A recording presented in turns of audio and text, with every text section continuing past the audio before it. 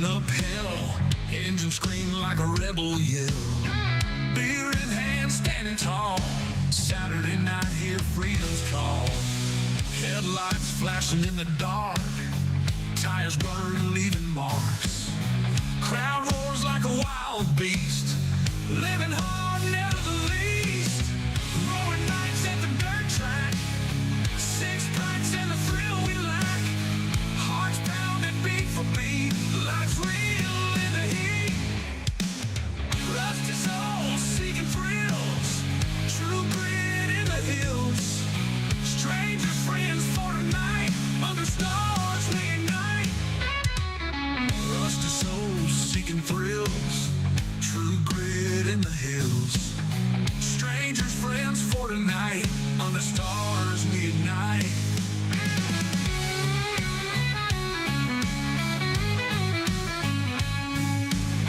Gasoline dreams on the line. Cross that stripe, see who will shine. Losers, winners, all the same. In the end, it's just a game.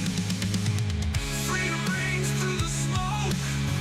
Broke hearts when spirits woke. Metal crashing in a symphony. Living wild, living free. Yeah.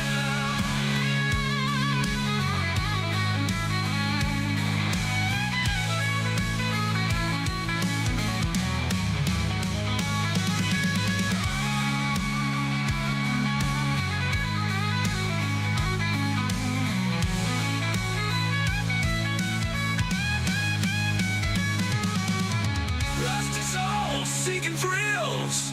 True grit in the hills. Stranger friends for tonight. Under stars we ignite. Rusty souls seeking thrills. True grit in the hills. Stranger friends for tonight. Under stars we ignite. Under stars we ignite. Under heat.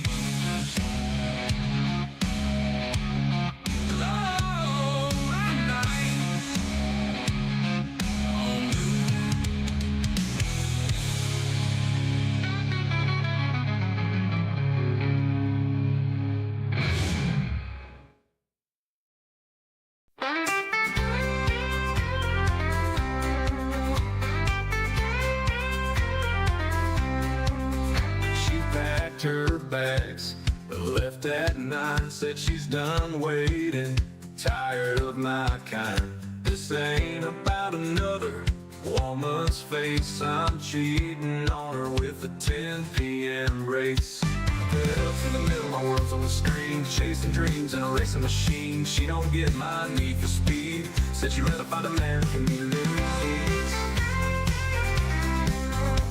Pedal to the metal, my world's on the screen. Chasing dreams in a racing machine.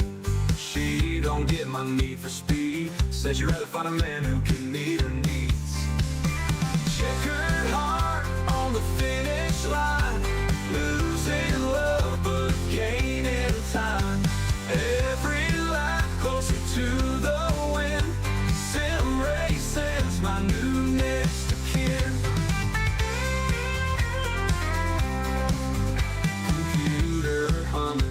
Wheel in my hand, hoping this night goes just as planned.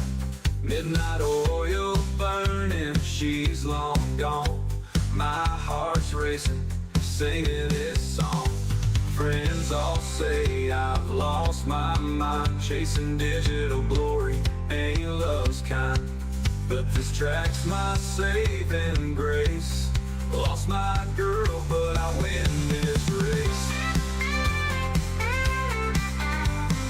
Checkered heart on the finish line. Losing love but gaining time. Every lap closer to the win. Sim racing's my new next of kin.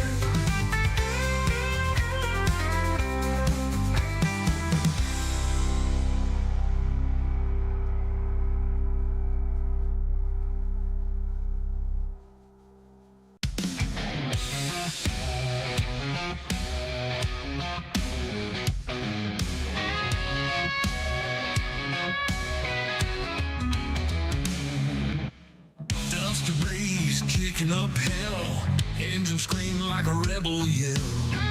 Beer in hand, standing tall, Saturday night, hear freedom's call. Headlights flashing in the dark, tires burn, leaving marks.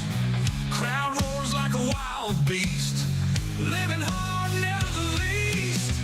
Roaring nights at the dirt track, six packs and the thrill we lack. Hearts pounding beat for beat, life's real in the heat.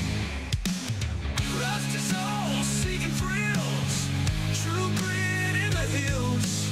Strangers, friends for tonight, under stars we ignite. Rusty souls seeking thrills, true grit in the hills.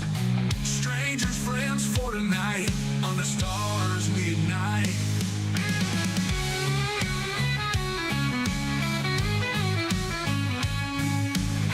Gasoline dreams on the line, cross that stripe, see who will shine.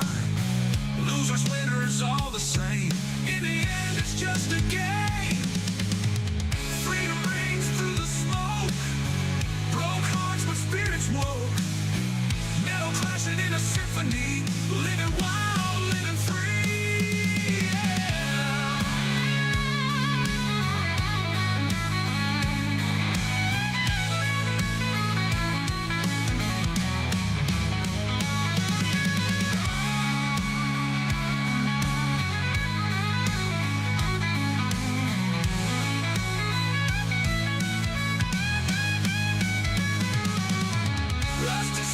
Seeking thrills, true grit in the hills. Strangers, friends for tonight, under stars we ignite. Rusty souls seeking thrills, true grit in the hills. Strangers, friends for tonight, under stars we ignite. Under stars we ignite. Under heat.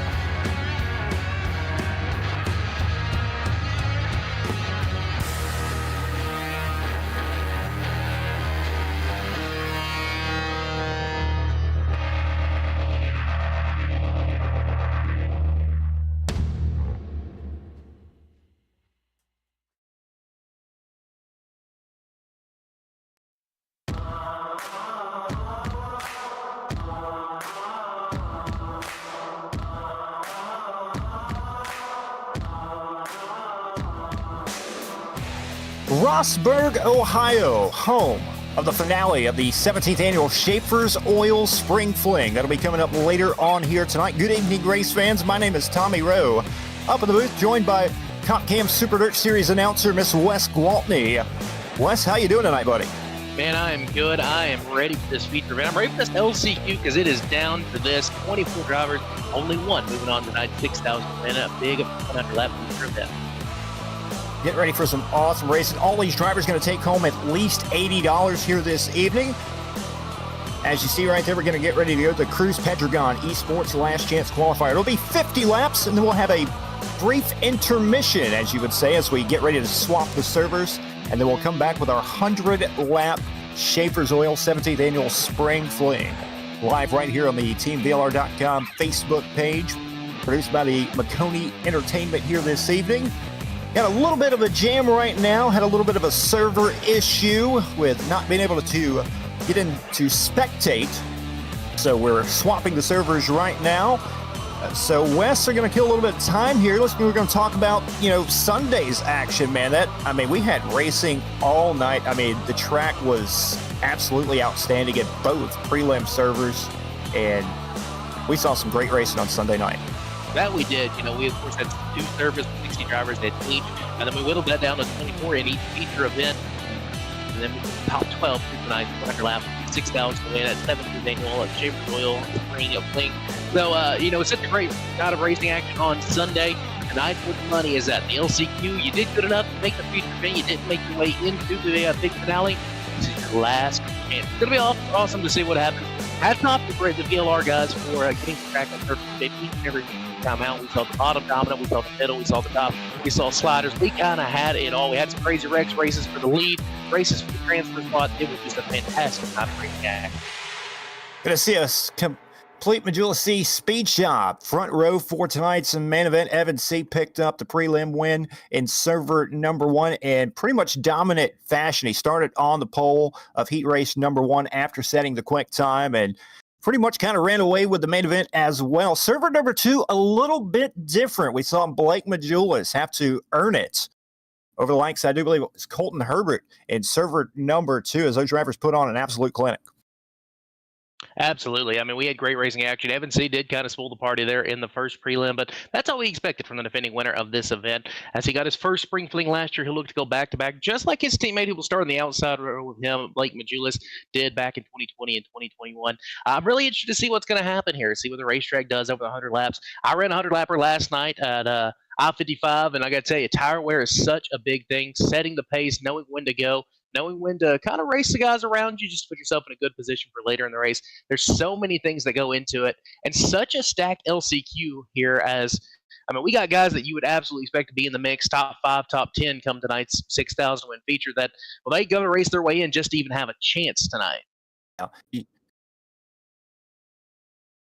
And race fans, don't forget, scrolling here at the bottom of the screen right now is all of our lap sponsors for tonight's main event as well. We want to thank each and every one of those sponsors for coming on board and sponsoring the laps in the main event. I do believe it pays a little bit of extra money, but not sure how the lap sponsors are actually working, but we appreciate them coming on board and making that happen for us. But race fans, we're going to bring in a couple of these drivers that are going to be here in the Last Chance Qualifier coming up here in just a moment, the Cruise Pedregon Esports Last Chance Qualifier. I'm going to talk with a couple of those drivers, get their feel and thoughts before this big race coming up here in just a moment. The first driver I'm going to go ahead and bring up Richard the Rocket Murtaugh. Richard, one of the sponsors for the 17th annual Schaeffer's Oil VLR Spring Fling. He'll start in position number 10 tonight. Richard, you get a copy. I gotcha. Man, you're getting ready to run this 50 laps. Only the winner going to make their way to have a shot and start the back of the A main here tonight. You start in the 10th place position. How do you get it done in tonight's race? Feeling pretty good. There's a lot of really good cars here, so we'll see what we got. Just literally have had the worst luck on this entire spring fling so far. It's just nonstop, just getting caught up in other people's wrecks. And then we qualified really good. I think we were like 9th overall, and then the heat race didn't go our way, and then broke my front end twice in the prelim features. So just kind of got behind the 8 ball and got to try to catch back up. All right. Well, Sunday night, man, we saw some great racing, on the prelim nights.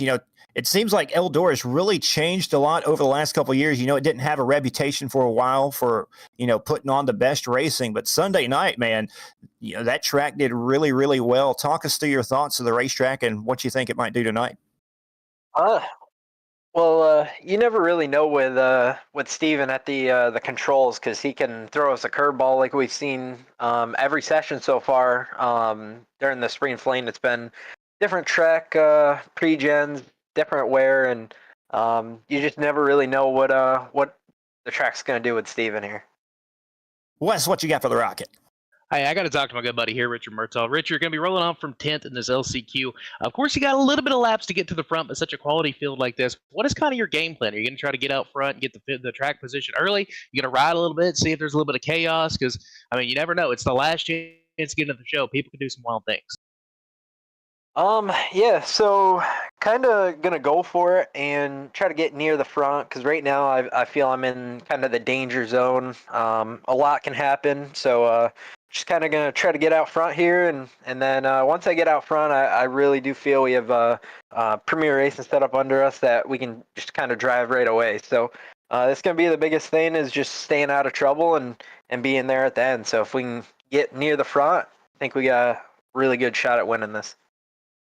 So a lot of people also don't know how much work goes into putting in, not just to what you do and building setups for all these different tracks with Premier, but how much goes into prep for this event. How much time did you spend turning laps, getting your race car in perfect shape to have a chance to make this 6,000 win feature event? So unfortunately, I didn't get to do as much as I wanted to. I only put in probably 600 laps or so. I know there's guys in here that probably have 2,000-3,000 laps, but I've just been so busy with real life racing. I only got to put probably a day or two before the spring fling on the setups, and we already had some really good bases from obviously building sets for all my customers and stuff. So we had a really good base to start with, and then just kind of tweaking, fine tuning everything. And the most time consuming part is just making setups for different variations, because obviously Steve has had us that it was 50% and then it was like 80%. So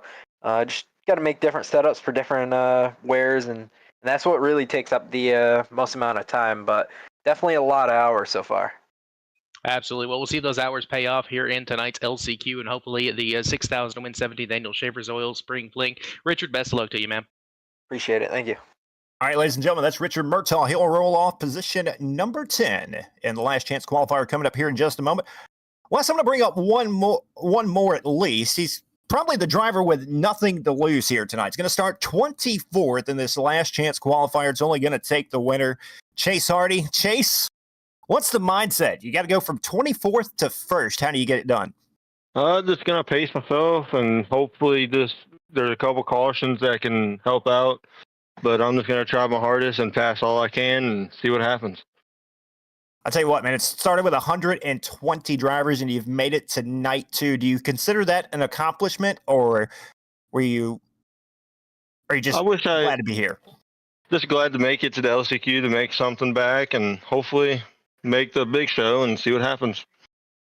Well, there you go. Wes, what do you got for our 24th place starter here tonight? Well, Chase, we're going to see if Lady Luck is on your side a little bit more than Sunday. Take us through your Sunday a little bit and those range of emotions that you went through. You had a very fast race car, but it seemed like if there was something going to happen, that your race car was going to be right there around it. Stuff happens. It's hard racing. Everybody's going to be on their best and try to win and run up front. But stuff happens, and to see what happens. But, yeah. And kind of the same question we asked Richard. How much time did you kind of spend getting ready for this event? Just a couple days. I was gone all weekend for real racing with my brother, but couple nights of practice with a couple people, and one of my buddies, Toter, he helped me out, build a setup for the prelim. But we'll see what happens in this, and hopefully we can get to the number 1 spot.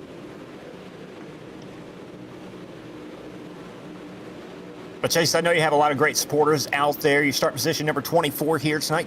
Got some TV time. Why don't you go ahead and thank everyone? I'd like to thank Toter for all that he's done for setup help, and Weekend Warrior Design for the badass wrap that he made me, and that's all really. Well, Chase, best of luck to you here in this main event. Have some fun, man. Thank you. Appreciate it. All right, ladies and gentlemen, that's Chase Hardy. He'll roll off position 24. And Wes, I'm going to go ahead. We got another time. We'll bring up one more. He's the outside pole sitter of the last chance qualifier coming up here in just a moment. Nathan Waddell. Nathan, you got a copy, buddy? Yes, sir, I do. All right, man, you're rolling off position number 2 here tonight. Only the winner can make it over to the big main event here later on this evening with that option. What's the mindset, and how do you get to the front and keep it there? I don't know, man. We're just gonna give her hell, and hopefully we can get to the lead and just set sail, man. I'm pretty confident after the prelim that I can push the car as hard as I need to up on the top. We're gonna try to set sail and win the LCQ, and if we win it, we ain't taking the money. We're going to the A main, baby. Well, I seen on Sunday night where Selena52 was talking about dropping your sponsor already because you stunk it up so bad. How do you make it up to your sponsors here tonight? I think we make it up by putting it in the big show and getting them some screen time, man. Solana52, they've been good to me in this race. So yeah, man, that was pretty funny. But yeah, I mean, we're gonna try to put it in the main and maybe work our way up towards the front. I feel really, really good. I was bummed that I didn't make it to the main, but we still got a chance. We just got to go out here and execute and win this race, and I really feel like I can do it. Wes, what you got for our outside pole sitter? So I got to talk to him a little about this and kind of the relationship with him and his podcast mate. Damian Kiefer's already in the show, so has there been a little trash talk going on? Is he trying to urge you along here to make it into the show here tonight? Or are you going to lose your sponsorship and they're going to go over to the zero car? No, just all support. I was super stoked to see Kiefer make the show again. I mean, he's made it every time that he's tried, and Kiefer's one hell of a wheel, man. He isn't on here nearly as much as me, and he comes on and just puts it in the show like it's nothing. Super proud of him, and he just told me, just head down, do your thing, focus. It's just another race, and that's kind of the pep talk that I needed for this LCQ. Kiefer, he's my best friend, and I appreciate him a ton. And as we did with Chase already there, it's a good time. Always got to give the sponsors a shout out, so let's give them a little love. Yeah, I got to thank everybody that's watching over on my Twitch. My mods, they wanted me to thank them. Got to thank my mods over on Twitch. I got to thank Solana52 Truck Stop, Howard. I appreciate him for sponsoring me for this deal. Piss Jugman, you're in trouble if you litter. I've got to thank 2 Fat Guys Sim Racing Promotions, Knowles Race Parts and Bodies. Thank those guys so much. And then, of course, got to thank Majula C Speed Shop. These sets are way faster than I make them look. And let's see, is there anyone else? John Darby for hooking me up with the sweet wrap, and Joey Lindgren for taking some sweet photos. Just Junk, DKeep Speed. There's a lot of names on this car. I just got to thank all of those guys, and appreciate you guys for broadcasting this race, VLR for putting this event on, man. This is the biggest race of the year, and there's a reason for it, so appreciate everybody. Well, Nathan, best of luck to you here tonight. Thank you, guys.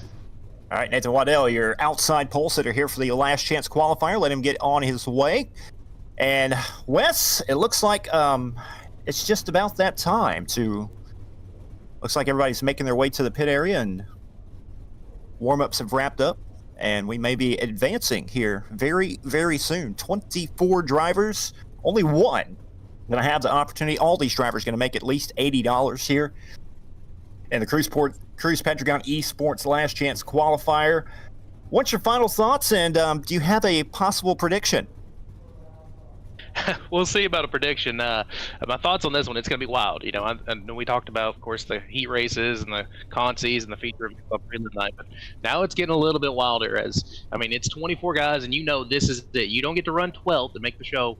you have to be the one out front when the checkered flag waves. So it's going to be interesting to see. These guys are going to throw everything they got at it. Sliders. You're going to see, well, a lot of love lost probably in there as well. A lot of take, not very much give, but that's part of it. $80 just to start this event. So hats off for being one of the best just to even make it to this. I mean, we've already gotten rid of 2/3 of the field at this point. So we'll see who's going to reign supreme as 13 through 24. These are the guys who were so close on Sunday. It is time for a little bit of glory and a time for you to possibly make a 6,000 win 100 lap feature event. Last chance qualifier getting ready to grid up right now. 24 drivers getting ready to go. Wes, you want to start? Tell us how they'll line up. We got a dandy here in the Cruise Pedregon Esports LCQ. We'll start from the front row. Starting on the pole position, leading us to green will be the man with the X on his back to get us going. Cody Nevin is outside. The man we just talked to, Nathan Waddell. Number 2 on the inside. That'll be the 157 of Drew Hopkins. The outside, the 32 cards, Christopher Joy.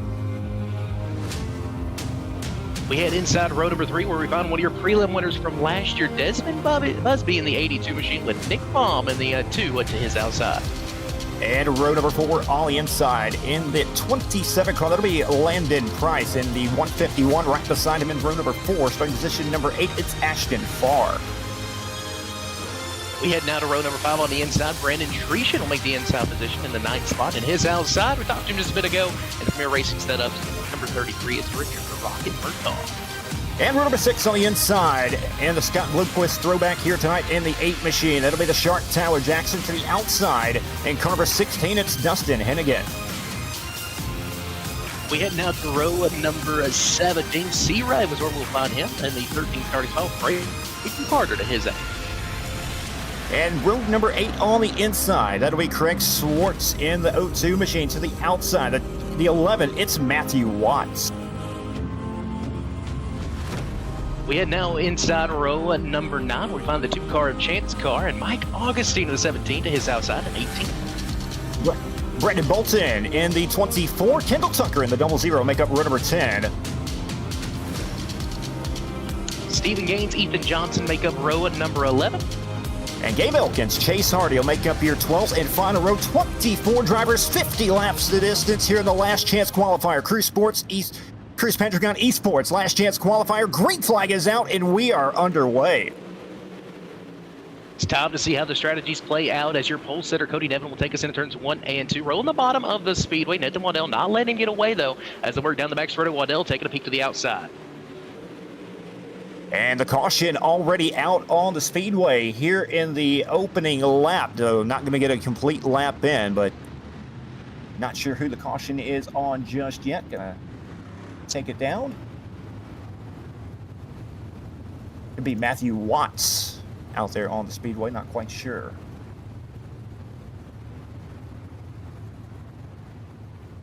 Yeah, tough break there for Matthew Watts. He'd rolled off from the 16 spots. A little damage for him. Mainly that left front. That'll, of course, affect you here, especially at a big racetrack like Eldora. But Watts looks like he's going to be able to continue in that NLR at number 11 machine. CUS has a little bit of damage. Well, nonetheless, only 1 lap down. Cody Nevin out in front as your race leader. Waddell scored in second. Drew Hopkins, Christopher Joy, Desmond Busby, the top 5.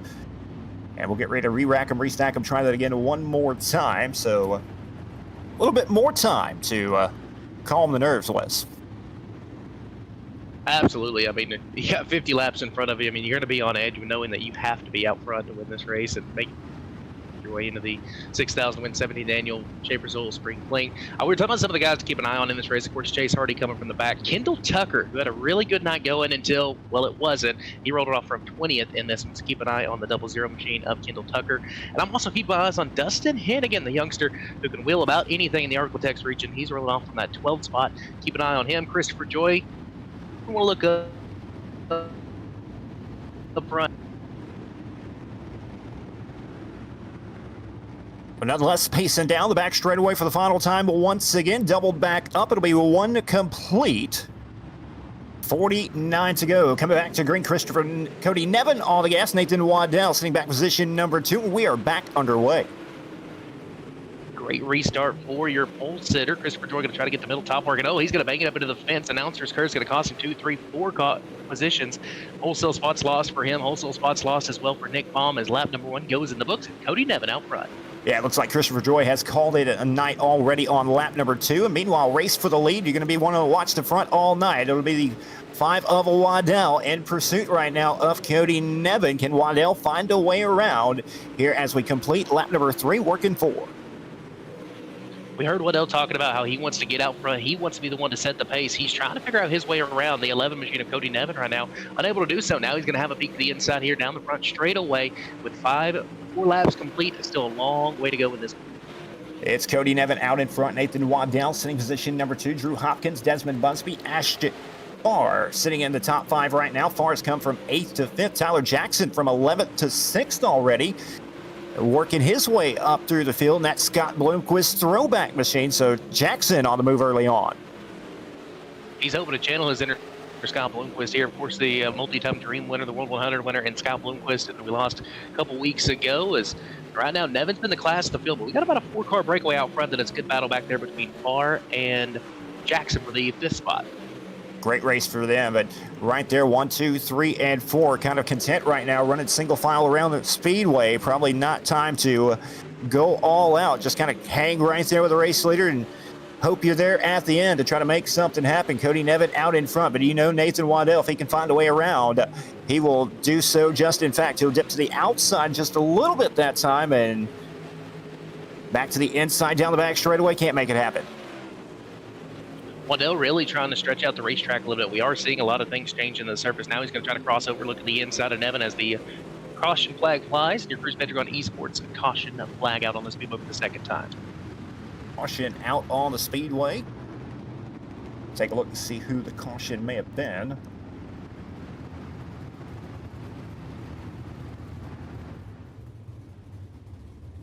Dustin Hennigan slow in the back of the field. Not sure if he was involved.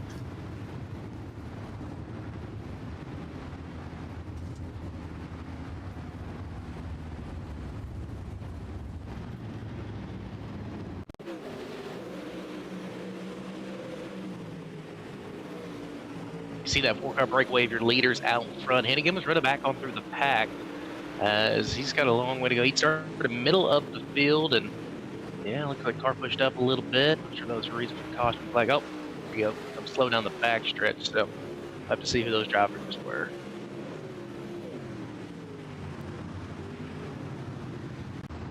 Nonetheless, 8 laps down, still 42 remaining here in the last chance qualifier. Cody Nevin out in front right now. Nathan Waddell, Drew Hopkins, Desmond Busby, Tyler Jackson as we are back underway here in the Cruise Pentagon Esports last chance qualifier. Here we go. Drew Hopkins in the 157 trying to dip down the bottom of the speedway and work his way around a couple of drivers. Started 3rd, sits in 4th right now.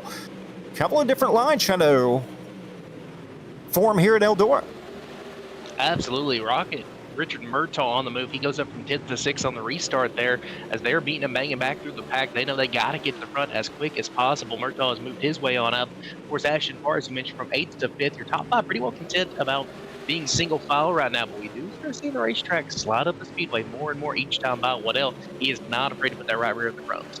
Yeah, got to go back to Chase Hardy, who started 24th and has worked his way up to 9th right now, has now put the pressure on Tyler Jackson. So Chase Hardy trying to challenge his inner Scott Bloomquist and come from the dead back of the pack and work his way through the front. And he's looking pretty good so far, already up 24 to 9th in just 12 laps. You got to keep it in mind, though, it is a 50-lap race, so if you're using your stuff up early like this, how much damage does that do to you later on? It's already nearly made contact there with Jackson. He has to pull back into line. Starting to get a little bit chippy back there mid-pack as the top 3 now pulling away. Top 3 pulling away right now. 1/10 of a second. Meanwhile, race for the lead. Waddell has found the inside of Cody Nevin, working down the back straightaway into turn number 3 and 4. Waddell with a slider at a turn number 4. He will Nevin crossing down the hill side by side at the line. That was really close. Give it to Waddell. 8 thousandths of a second. So our first lead change of the race as well. Going to try the same thing again here in 3 and 4. Desmond Busby had a front row seat to this chaos in front of him. He's just hoping these two guys make a little bit of contact and he can't buy the both of them. Here comes a slider from Nevin. He's going to allow Waddell the chance to cross him over down the back straightaway side by side for the lead, and another caution flag flies.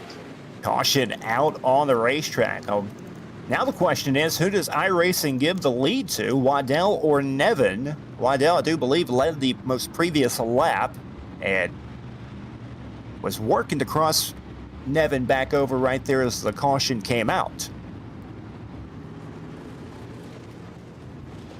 Looks like it will be Waddell.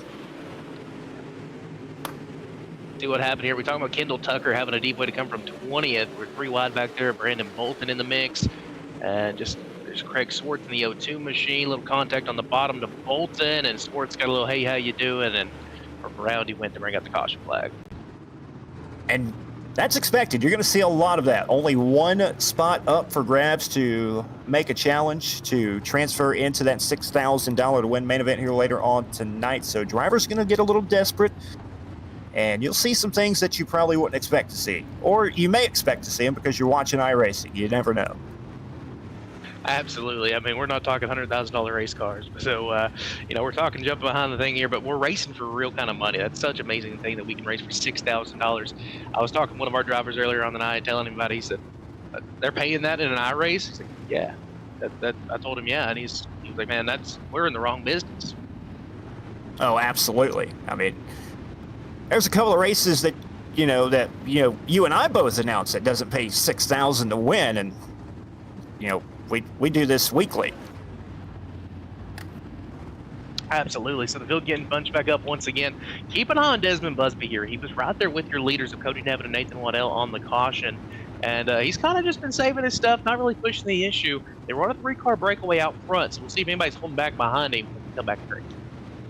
Double back up once again. It'll be 17 complete of the 50-lap main event. Waddell going to get a great restart that time. Put a couple of car links between, but like you said, here comes Desmond Busby to the inside of Cody Nevin, working down the back straightaway, trying to pull alongside him for second. Hopkins going to take advantage, trying to work his way on the outside. Can he find a way around Busby to get back to third? And side by side for third and fourth. And now here comes that one machine. Mike Augustine right there on the bottom of the speedway as well. Well, that's Richard Murtaugh, the one machine. Yeah, Richard Murtaugh's on the move. He's looking now for the 4th spot away from Busby. Man on the move behind them, though. Mike Augustine back there at 6th. He started 18th, so he's up 12 positions. Gabe Elkins up 13 from 23rd to 10th. Yeah, a lot of movers right now. Kendall Tucker into the top 10. Doing a great job, but only one spot matters right now. That's being held down by Nathan Waddell. Cody Nevin sitting position number 2, about 0.3 of a second back right now. Best side-by-side battle in the top 5. The 33 of Richard Murtaugh, Mike Augustine, and right behind him, there's about 3 wide and a lot of contact. Yeah, Braden Carter had a hard look the wall there. Where did Kendall Tucker come from? He's going to move up a couple positions in that 00 machine. Kendall Tucker is on the move. He is up to the 7th spot now, up 13 positions. Still a 3-car breakaway out front. It's Waddell Mel making a 4-car battle. Here comes Busby as Augustine, big slider inbound on Rocket Richard Murtaugh. Top 4 pretty well single file around the top of 1 and 2. Waddell continues to pull away by 0.2 of a second. Will ChatGPT get it right? As Howard posted on the VLR Facebook page earlier, I do believe it had Kendall Tucker coming through the field to pick up the last chance qualifying win as asked by ChatGPT, and Tucker on the move trying to make it happen.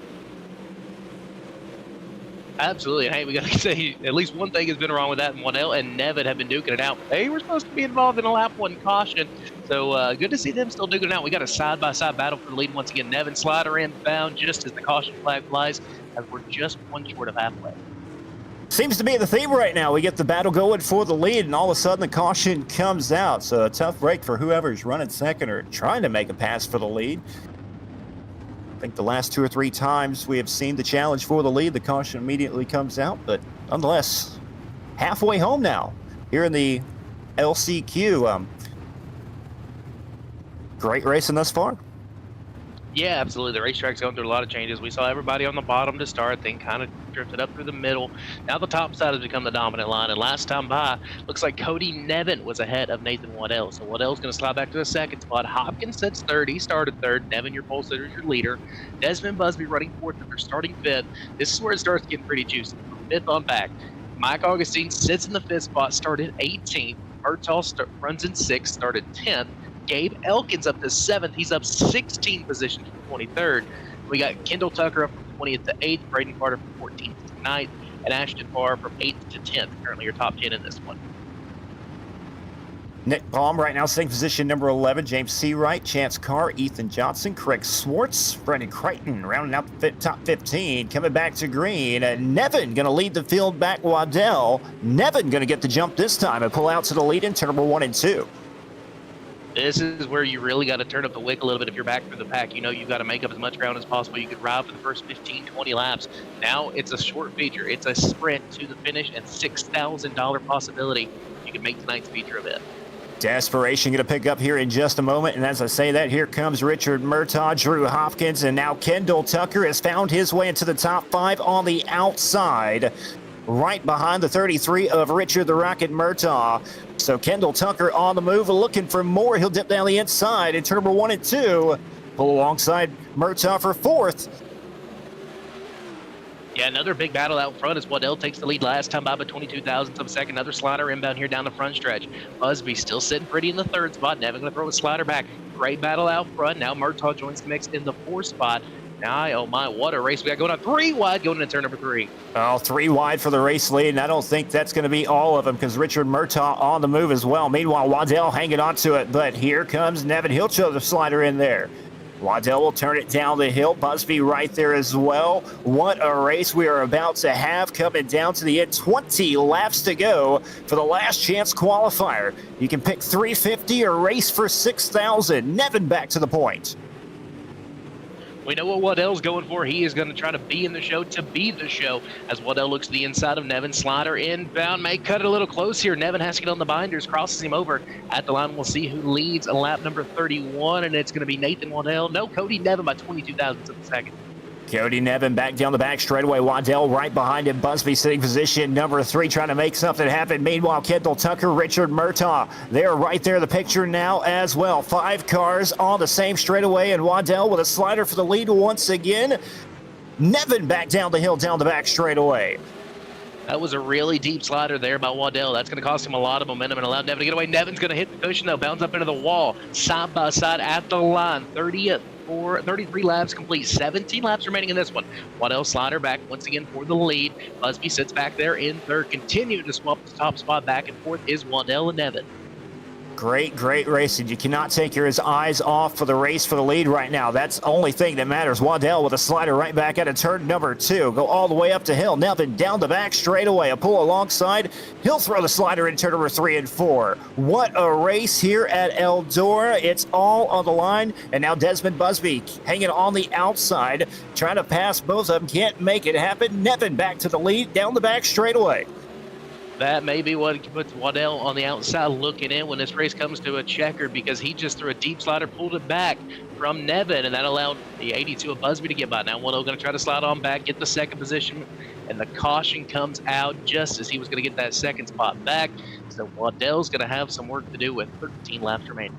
Oh my, what a race right there for the lead. 5 drivers, 5 of the best in iRacing, throwing down for a last chance qualifying spot. And Cody Nevin looking really good right now, but he's got his hands full.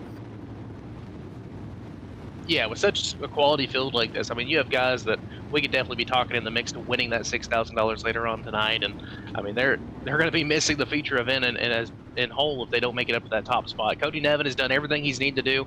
He has stayed pretty well mistake-free. He's had a couple cases where he's lost the top spot away from Waddell, but he is in the right spot at the right time. 13 laps remaining in this one, and he'll lead us back to green. Don't count out Gabe Elkins back there, right behind Kendall Tucker, sitting 6th. Kendall started 20th, is up to 5th. Gabe Elkins 23rd to 6th. Mike Augustine 18th to 7th. Ethan Johnson 22nd to 8th. Drew Hopkins once in the top 5, now sits position number 9. Ashton Farr rounding out the top 10, but doubled back up. It'll be 13 laps to decide it. Only one going to transfer over to the main event here, the Cruise Pedregon Esports Last Chance Qualifier. Coming back to green, Cody Nevin back on the gas, and here we go. Desmond Busby going to go to the top there in 1 and 2, just trying to hold that second spot. Now he sets himself up here in the last 13 laps of this one. Kendall Tucker, he's been one of the lone drivers to try the bottom so far in this one. He's going to throw a big move here. Look to the inside of Waddell. Oh, it's going to get tight on exit. He'll slide back to 5th. Nevin holding on right now, but there's a hungry field behind him, and they're coming in a hurry. Great race right now. Cody Nevin out in front. Busby has now found his way to 2nd. Waddell in 3rd. Kendall Tucker to 4th. And Murtaugh fell back to the top 5, but he's got heavy pressure as well from Gabe Elkins. And a host of hungry drivers about 4 wide back there. 7th, 8th, and 9th right now. As he come around, it'll be 10 laps to go for Cody Nevin. But Kendall Tucker, he'll throw a slider for 2nd, but can't quite make it happen. Busby will cross him back as well as Nathan Waddell. Tucker from 2nd to 4th, 4th to 2nd, back to 4th. Oh, just as the caution flag flies, Kendall Tucker let it all hang out in that 00 machine as he had thrown a big slider to try to take over the 2nd spot. Ended up to no avail, but mercy me, Kendall Tucker is going to do all he can to make tonight's feature event. Nick Baum going to be the caution car for the Cruise Petragon Esports yellow flag. So the chance car in the pits as well, but Nick Baum, there you see heavy damage on the front of the race car. We'll take a look and see what happens. Makes dip down the inside, trying to make it 4 wide right there with Drew Hopkins working around the bottom of the speedway, and comes up, make a little contact with Hopkins and gets down that inside wall. And yep, that'll happen every time. And 24, Brandon Bolton, nowhere to go, gets into the back end of him, turns him around, and tough break late in the race. As now we'll see just 18 drivers left on the speedway. We'll see if Carter's able to come back out, or if Baum is able to come out. Baum was running in the 6th spot, or started in the 6th spot, was running in the 10th position when that caution flag flew. So we'll see what happens here as Cody Nevin still the man on the point with 10 laps remaining. Desmond Busby 2nd, Kendall Tucker from 20th to 3rd. Nathan Waddell runs 4th from 2nd. Richard Murtaugh Jr. Now bounced around like a pinball there the last couple of laps and had that slider from Tucker, a little bit of contact as well from Elkins, who's up from 23rd to 6th, running in that 6th position. Ethan Johnson from 22nd to 7th. That's a name we haven't mentioned yet.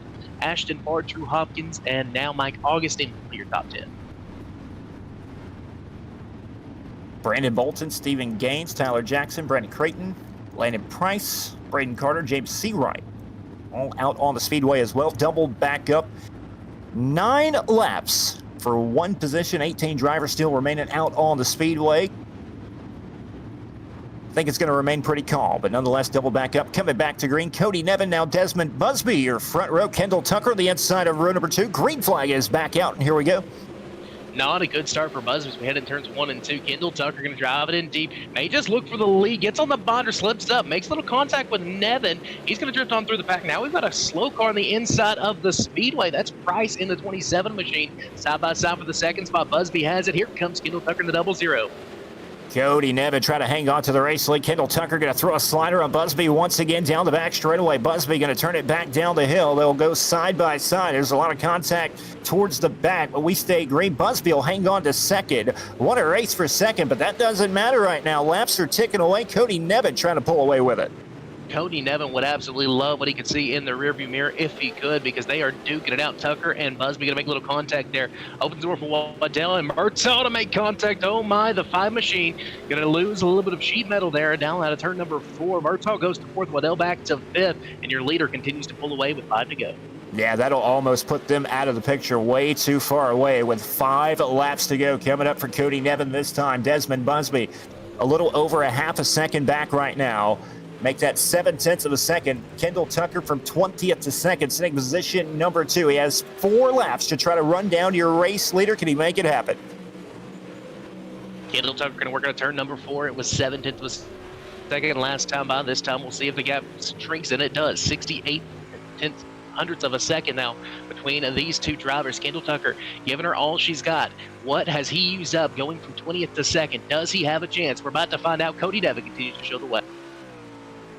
Last time by 15.78 for Cody Nevin, 15.72 for Kendall Tucker. So he's just a little bit faster, just has to keep it straight. He's going to come around and have 2 more trips around to try to cut the time down to make something happen. But it's all Cody Nevin out in front right now. Can he hang on? Last lap by Nevin was just a little bit faster than Tucker. 0.7 of a second is the gap between first and second, as we'll see the white flag this time by 3 and 4 getting really tricky. Nevin has to hit his marks, just 4 corners remain in the LCQ. Working the final lap, Cody Nevin started on the pole and has been challenged throughout the entire race from a host of drivers, but Nevin has hold tough, and he will go to the A main here tonight, or take the $350? That is the question, but Cody Nevin, first to first, picks up the win and survives the Cruz Pedregon Esports last chance qualifier and that LLRA number 11. My, oh my, what a race. Kendall Tucker from 20th to 2nd to miss it out by 1 spot on tonight's 6,100 lap feature. Desmond Busby 3rd. Nathan Waddell ends up 4th. Richard Bertall 5th. Ethan Johnson from 22nd to 6th. Brandon Bolt from 19th to 7th. Tyler Jackson 11th to 8th. Stephen Gaines 21st to 9th. And Ashton Moore rounds out your top 10. Well, Wes, wow. I mean, Eldora has not disappointed in any of the races, and that one was no different. I mean, this is a racy little joint. You know, for a while there, they said Eldora sucked, but here we are, and man, what a race we saw there.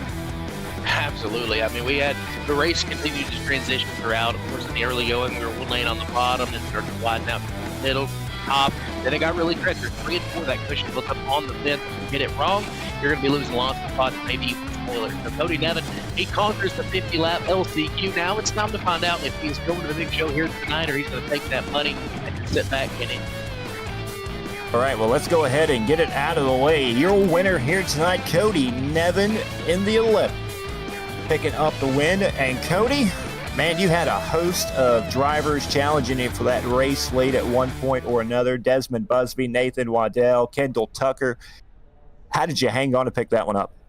Oh man, I was shaking in my boots. I can't lie to you guys. It's anytime you can run up there with Nathan and Dez and Kendall and all those guys up there, man. It's just, you're lucky to be up there. But we got her done, man. I just held on. I mean, late in the race, there was a couple of big bombs, and I was like, well, I'm committing to the top, and paid out for us. Well, Cody, we got to ask you the big question right now. You can take $350 and call it a night. You know, go sit on the couch and turn on YouTube and watch the main event.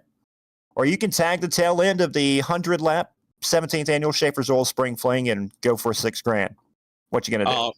Oh, we're going for $6,000 all day. I gotta give a big shout out once again to Caden Honeycutt. If it wasn't for him, man, we wouldn't be here. And I know if Caden was in this same position, he'd take the back and go for the $6,000 too. So big shout out to him.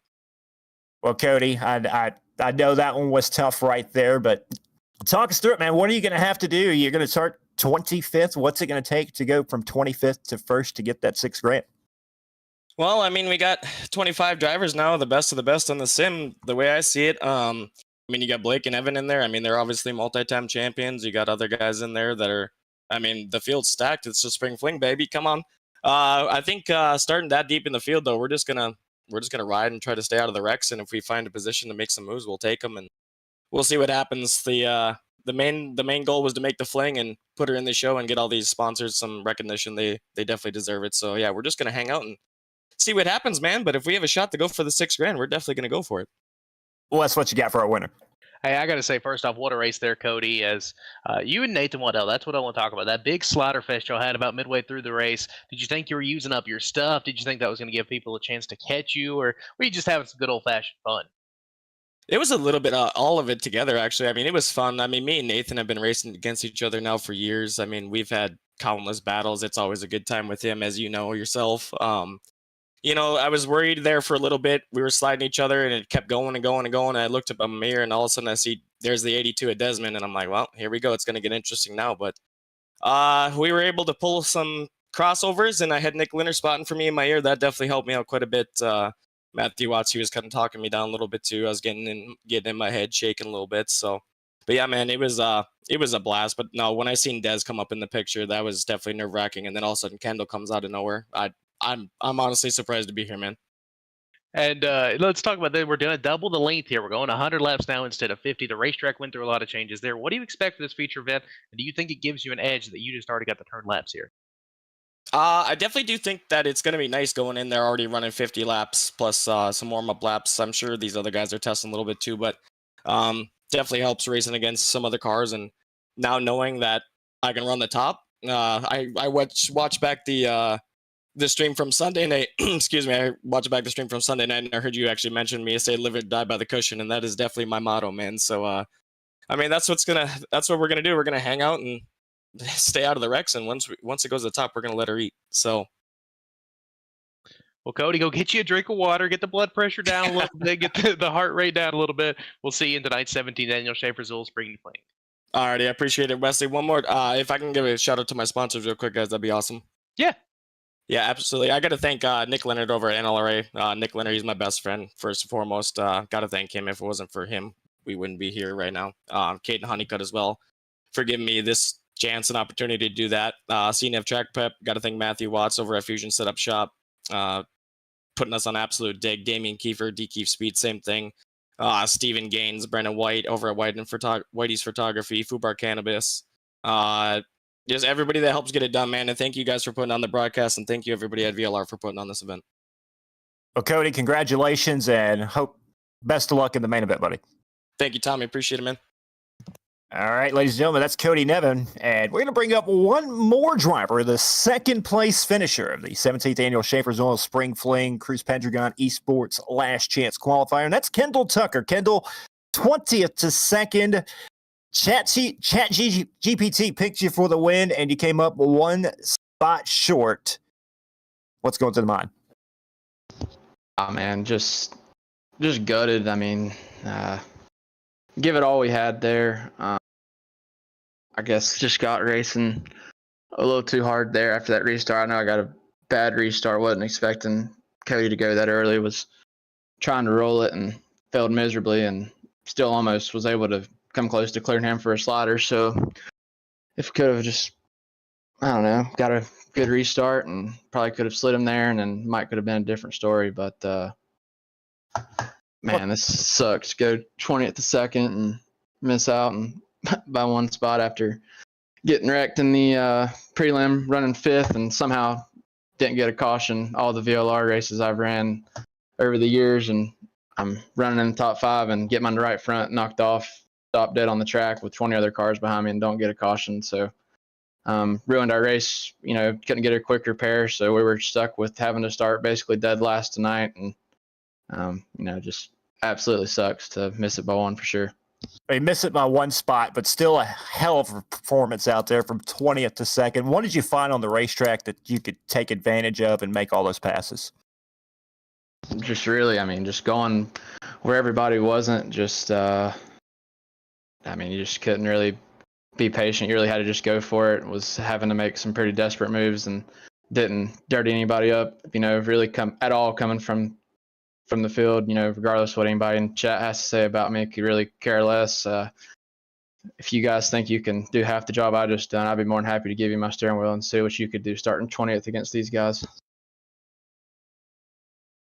Well, Kendall, you definitely have a talent behind the wheel. We've seen it many, many times here. Wes, what you got for a runner-up here tonight, buddy? Hey, hats off, man. I know you're kind of down in spirits a little bit, but you just put on a hell of a show going from 20th to 2nd, so keep your head high in that note. I want to talk about that a little bit, though.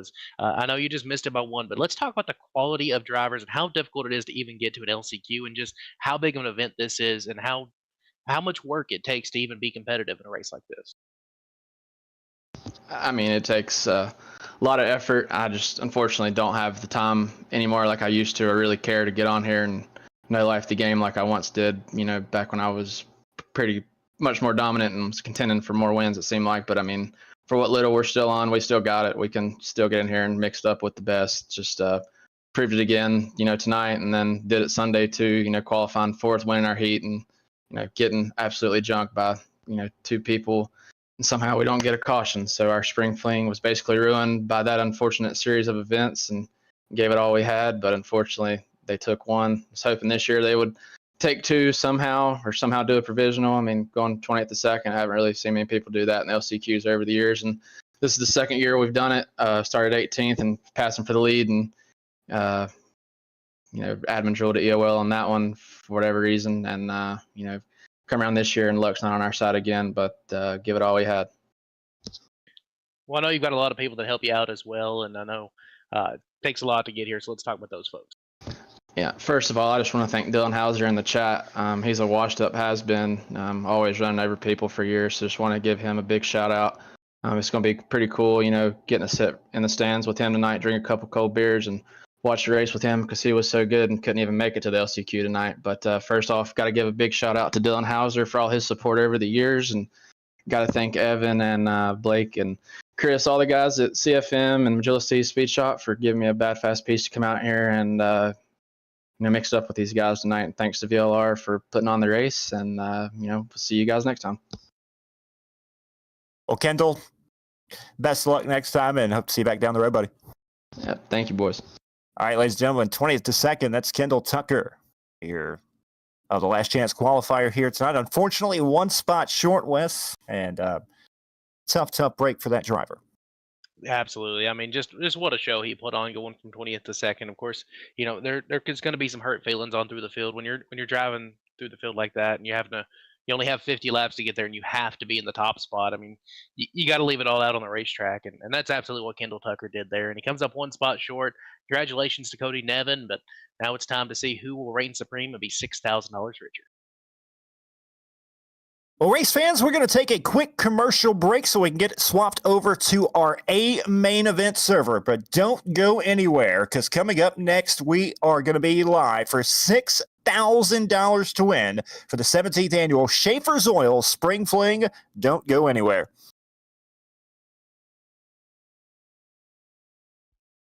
Racing isn't easy, but experiencing it is.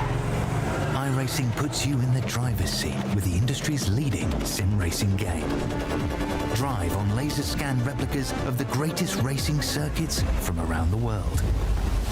Go head-to-head against other drivers chosen by skill-based matchmaking to ensure competitive racing at every level. Compete across all your favorite series. In officially licensed cars, engineered to deliver the most accurate driving experience possible.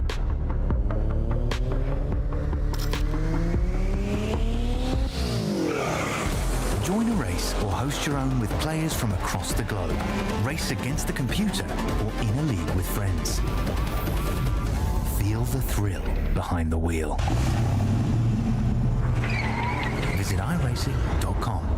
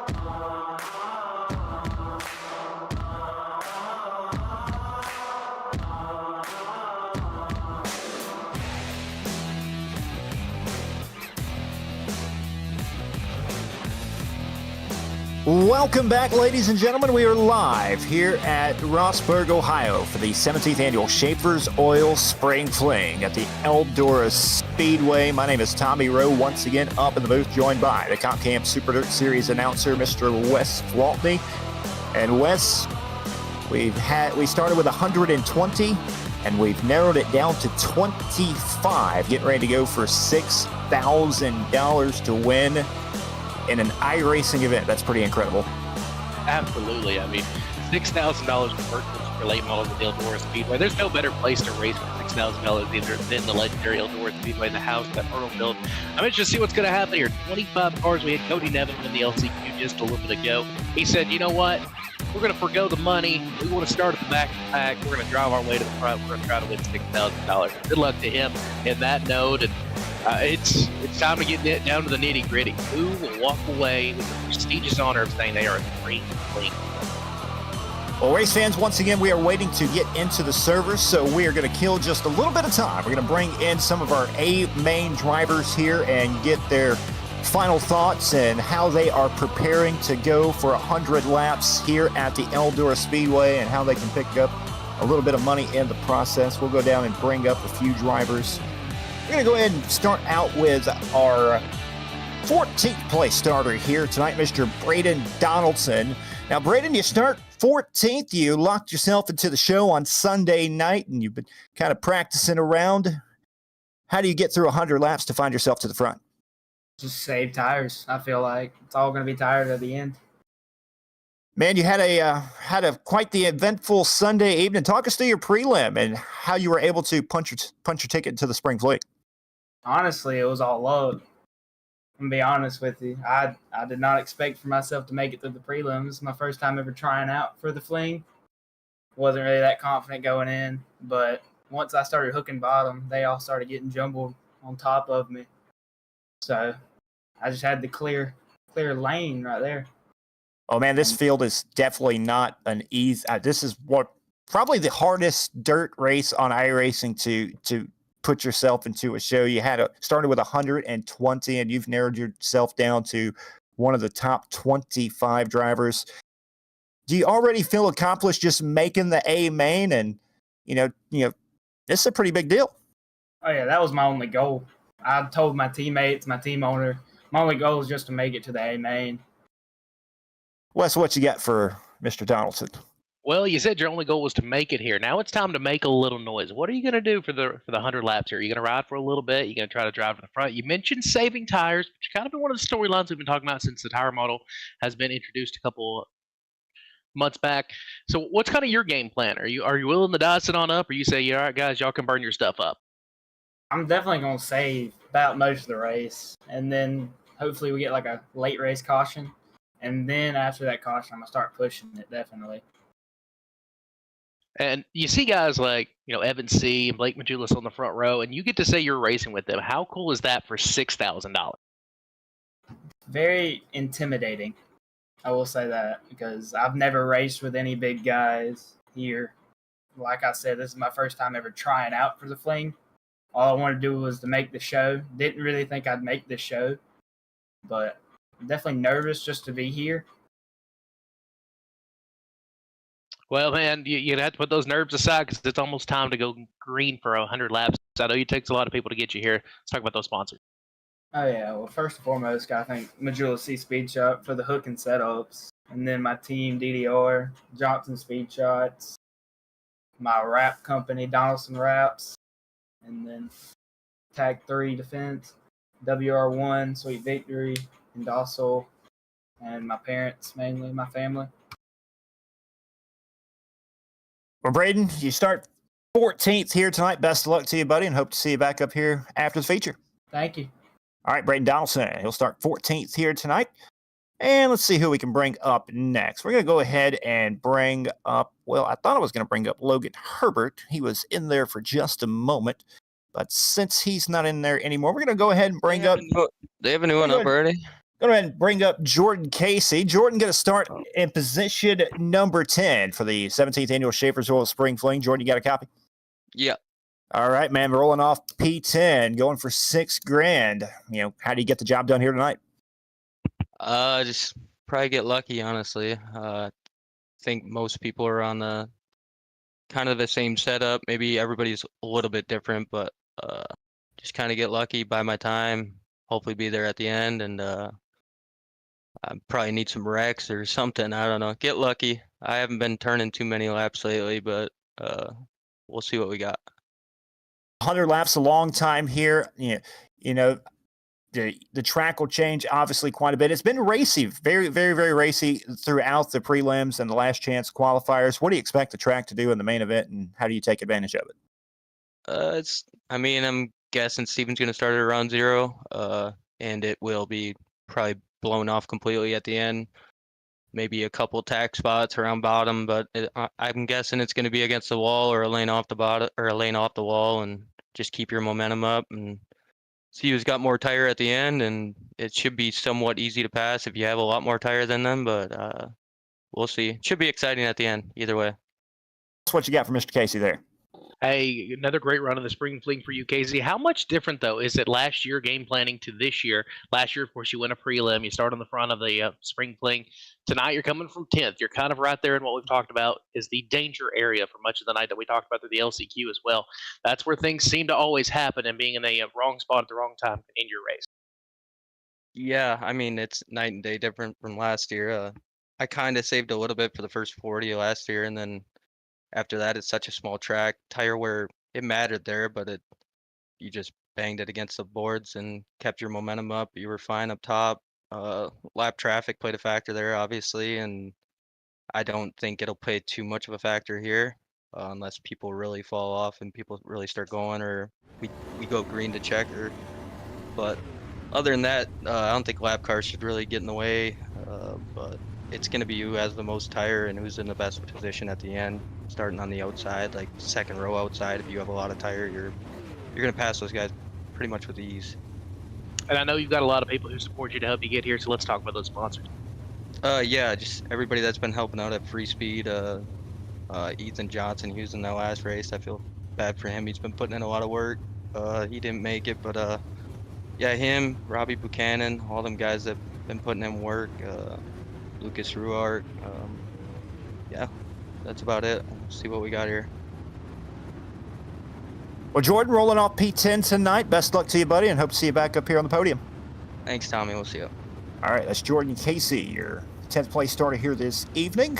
And server is up, and I do believe the driver's going to do a little bit of track prepping. Stephen Calavoda in the admin. So we got a couple of more drivers down there we can probably bring up here. We'll see one down there we can bring up here. That'll be Hunt the Front Gaming himself, the Milton, Florida driver, Mr. Jesse Enterkin. Jesse, you got a copy, buddy?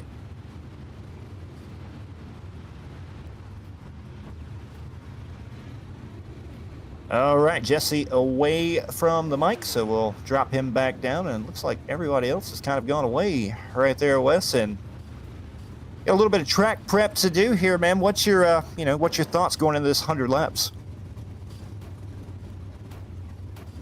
Man, it's all about who can be in the right place at the right time. Can you save the tires to be there? What is the racetrack going to do? For those guys starting in the back, you may not have the luxury of running around too much. Now, you mentioned lap traffic may not be a big thing, but once you get a lap behind here, you start racing with the leaders or anything of that nature, you're stuck in a tough spot. Your race could be over before you really even get a chance to go real hard on what your race car has in it. So the first 50 laps are going to be the telltale sign who kind of saves, who marches toward the front, who thinks the racetrack's slicking off will actually save their equipment. So we'll see how that goes. Who's willing to abuse the right rear tire, and who's going to be standing tall at $6,000 rig at the end of the night. As we said, the track prep getting underway right now. 100 laps yet to come. 17th annual Schaeffer's Oil Spring Fling. You'll see the lap ticker there on the bottom of the speedway. I want to thank each and every one of those that have put up a sponsor of a lap here this evening. You'll see the sponsors right there. Lap 100, shopfergie22.com, Chris Ferguson, all them. But they'll scroll on through the night. Thank Maconi Entertainment for producing tonight's show. DJ up here in the production, doing a great job with us here this evening and Sunday as well, and all the great partners that have come along and come on board for the 17th annual Schaeffer's Oil Spring Fling. And we'll pull them up and talk about them here in just a moment.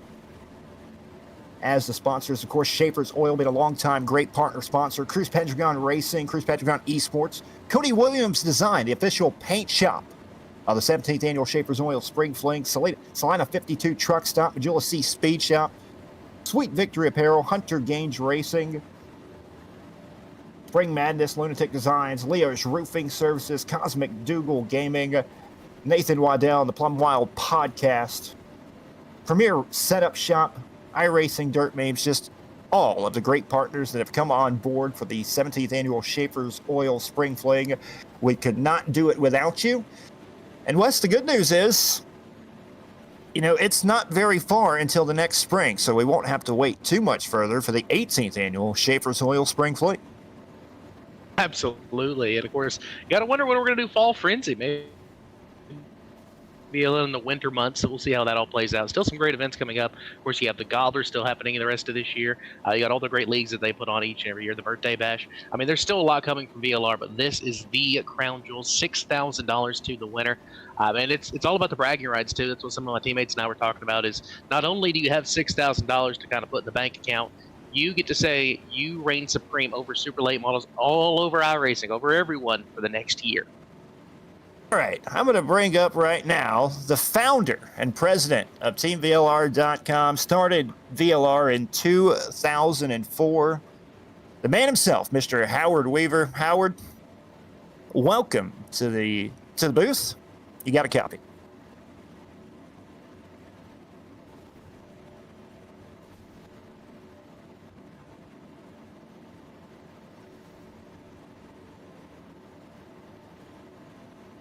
Oh, can you hear me?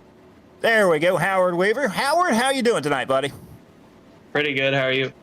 Awesome, man. Well, this is the 17th Annual Schaeffer's Oil Spring Fling with VLR. You guys are about to give away $6,000 in an event. You've been hosting VLR for 20 years now. This is the 20th anniversary of Team VLR. Talk us through the event and what this series means to you and how it came to be. Yeah, so this VLR started 20 years ago whenever I was 15, I think. So it's crazy that it's lasted that long, literally over half my life, or almost half my life, I guess. And this race started in 2008 with Rocky Battenfield. And yeah, it just really took off whenever we came to iRacing. The first year it was like invite only from our old game, and then 2018 was our first really high paying race, which I think was the 1,000 to win, and like that was unheard of then. I think it was probably the highest paying race in iRacing history, and now we're at 6K to win. So that's crazy how it's really grown with the support of Schaeffer's Oil and all these drivers every year. I mean, how awesome is it to have all of these great sponsors? I mean, nobody knew who VLR was, and then all of a sudden, you put on these great races, and then you've found some great partners that work with you, and they keep coming back year after year, such as Schaeffer's Oil, Cruise Pentagon, and all these. I mean, talk us through the relationships with these sponsors and how much it means. Yeah, just getting Schaeffer's Oil on board. They do a lot of really big real races, and then we reached out to them in 2018, and they were pretty much on board from the start. And I think they look forward to it every year. And yeah, we got other big groups that sponsor these races, like you said, Cruise Pentagon, Salina Truck Stop, and we've had other big races with Mark Martin sponsoring, and just all kinds of companies that you don't really see in sim racing, and they all come together and help make this such a big race every year. And without them, it would still probably be paying a T-shirt to win or $50 or something. So yeah, you've been around pretty much since the beginning too, Tommy. So you kind of have seen how it's grown since day one also, and it's bigger than a lot of real life super late model races now. So it's just crazy that guys on a sim racing game can come out here and do this. I kind of wish I signed up this year because I love Eldora, but I haven't raced since the Gobbler 100 last year, so I didn't want to come out and get DQ'd again by Steven before I get out of the D main. let's just face it, you don't want to come out here and embarrass everybody else, being a former iRacing champion yourself. Talk us what you're doing these days. And, you don't get to race as much, how's the life of, Howard Weaver and Team VLR, and what's the future look like?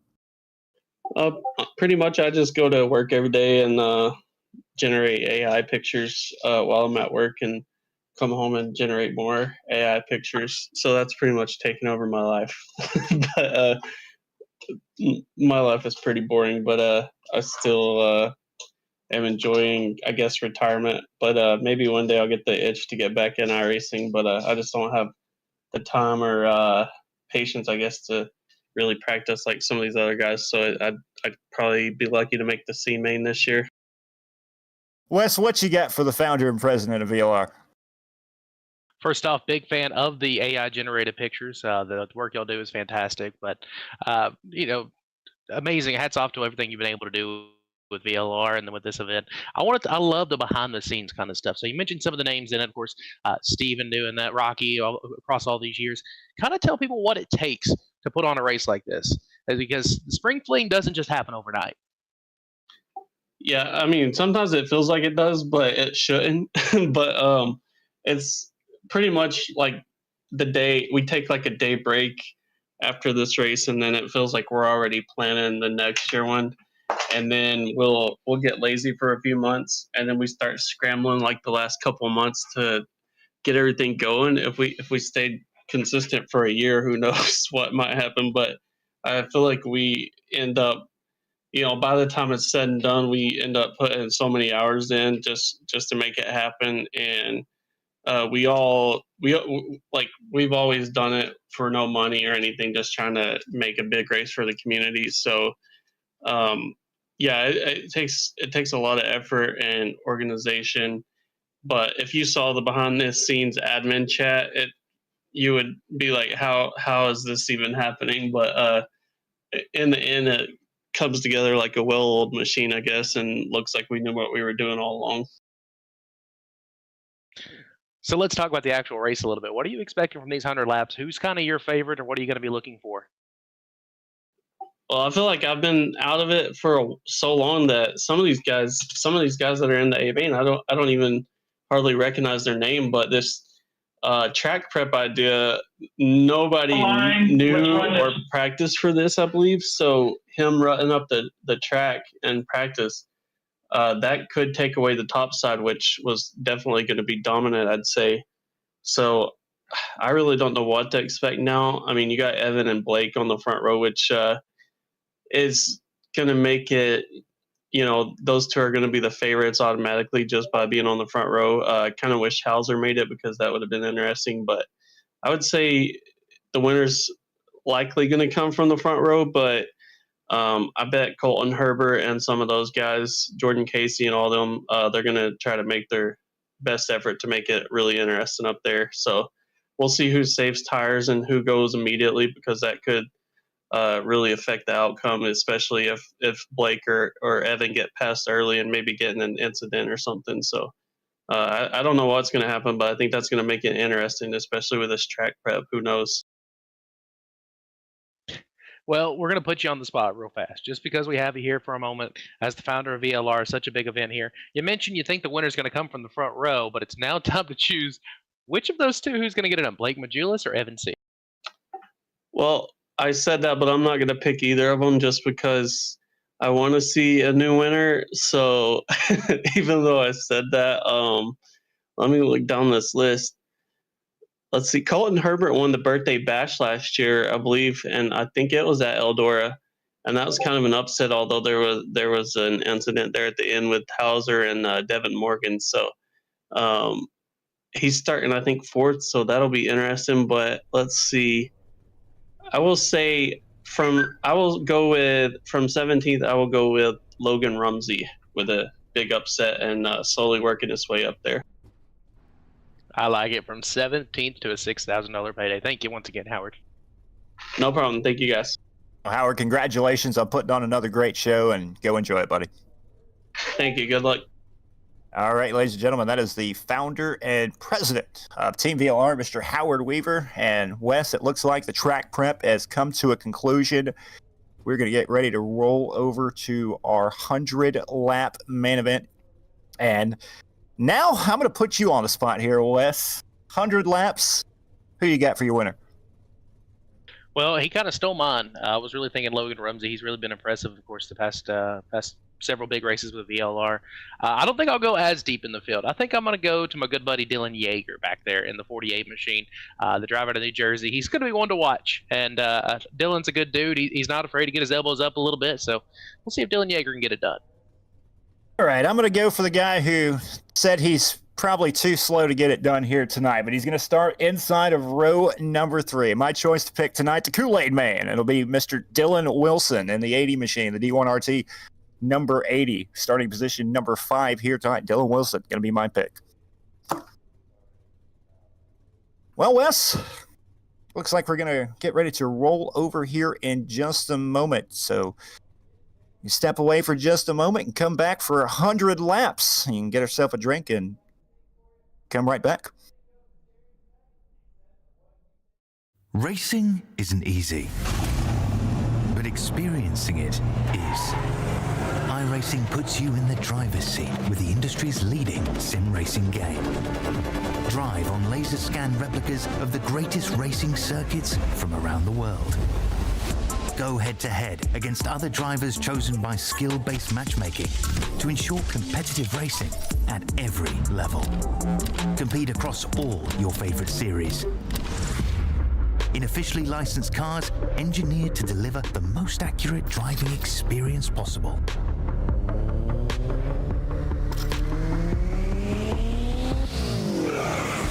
Join a race or host your own with players from across the globe. Race against the computer or in a league with friends. Feel the thrill behind the wheel. Visit iRacing.com.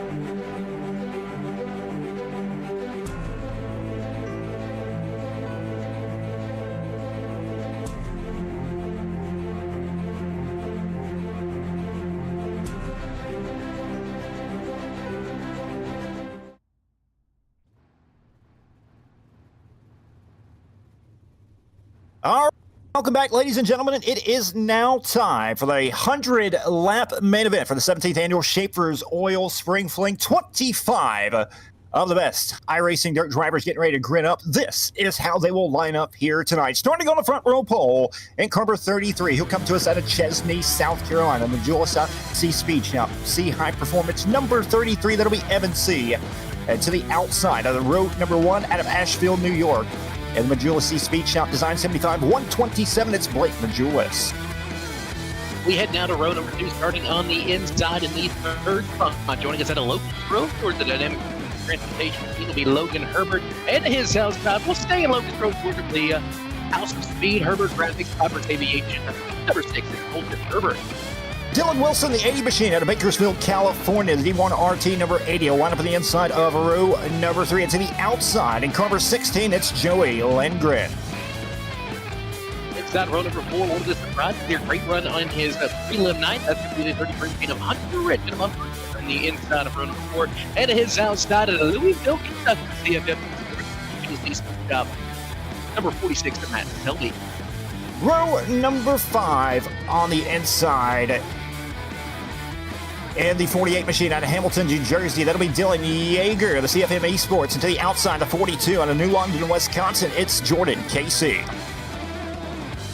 In the Plum Wild Podcast number 0 machine, that's going to be the driver to Bloomsdale, Missouri, making the inside of row number 6. It's Damian Keeper, and to his outside at a Gilbert, West Virginia, the Shock Eye Racing Performance number 10. It's Connor New. Pittsburgh, Kansas, Tanner Tomasi in the 09. He'll line up on the inside of row number 7 to the outside. At Twin City, Georgia, it's Braden Donaldson. He'll be hunting the front from row number 8 this evening. Going to be the Milton, Florida driver of the HTF1, Jesse Enterkin.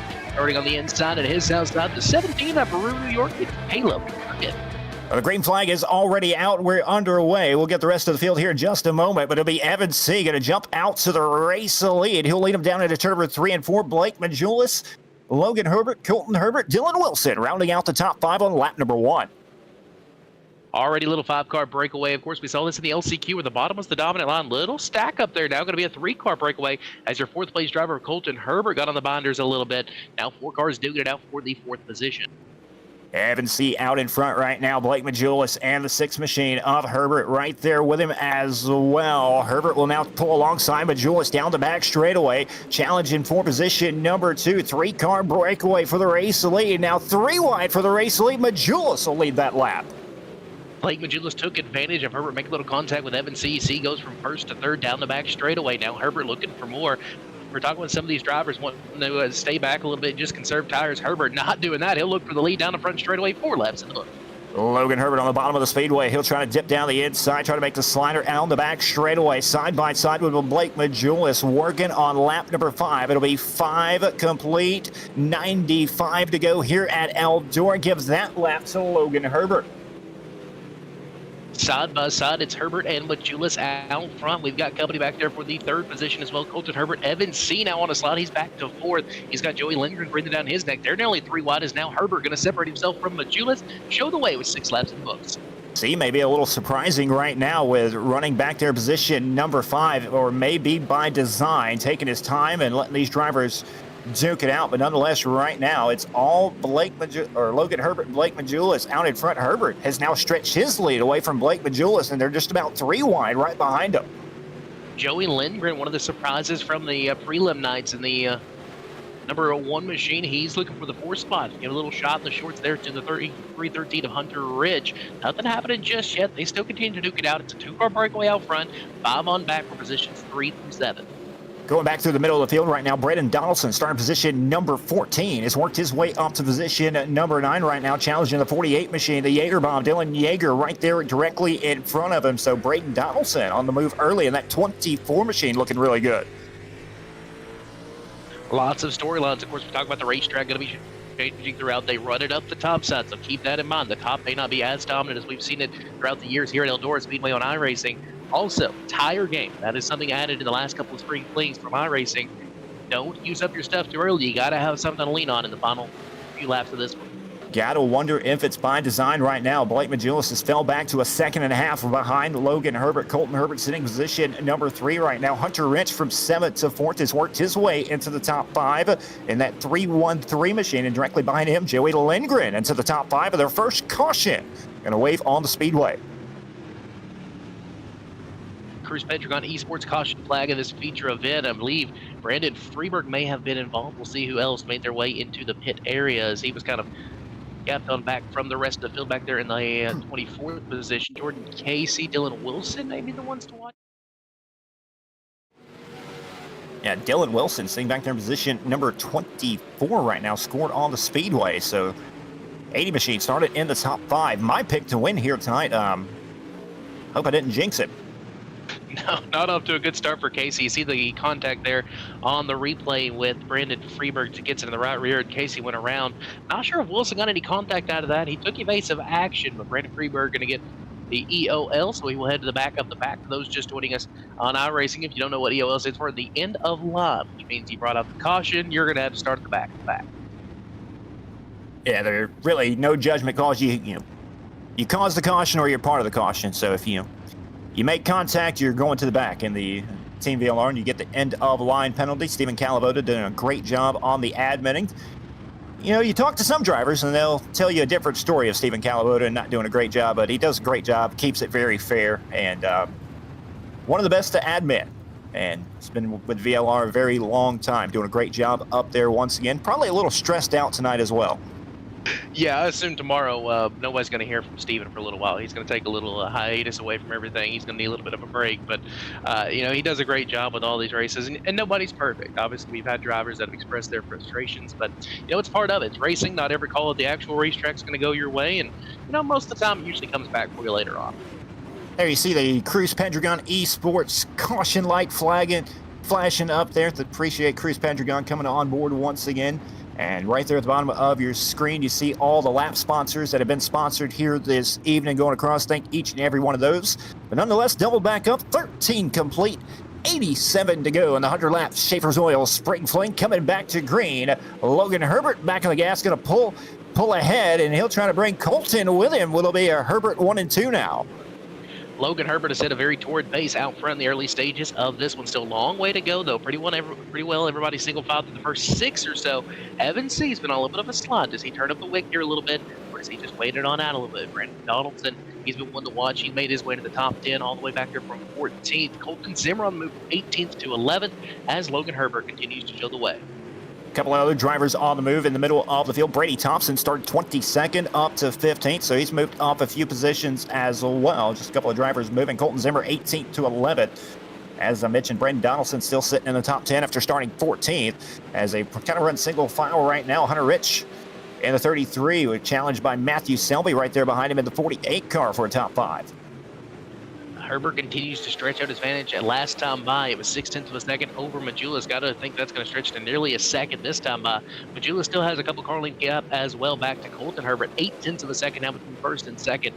Is Herbert using up his stuff too early in this one, or does he have a game plan for the last 80 laps of this? Yeah, checking out the last lap times by. Logan Herbert with a 14.635. Blake Majulis 14.731. So almost 0.2 of a second faster, at least 1/10 of a second faster right now. Your race leader over position number 2, Blake Majulis. And you got to think that's by design. So still a long way to go coming up to work lap number 20, 81 remaining. So a long time steer here at Eldora. And they've worked the track the way they have worked it. So those tires are going to come into effect late in this race.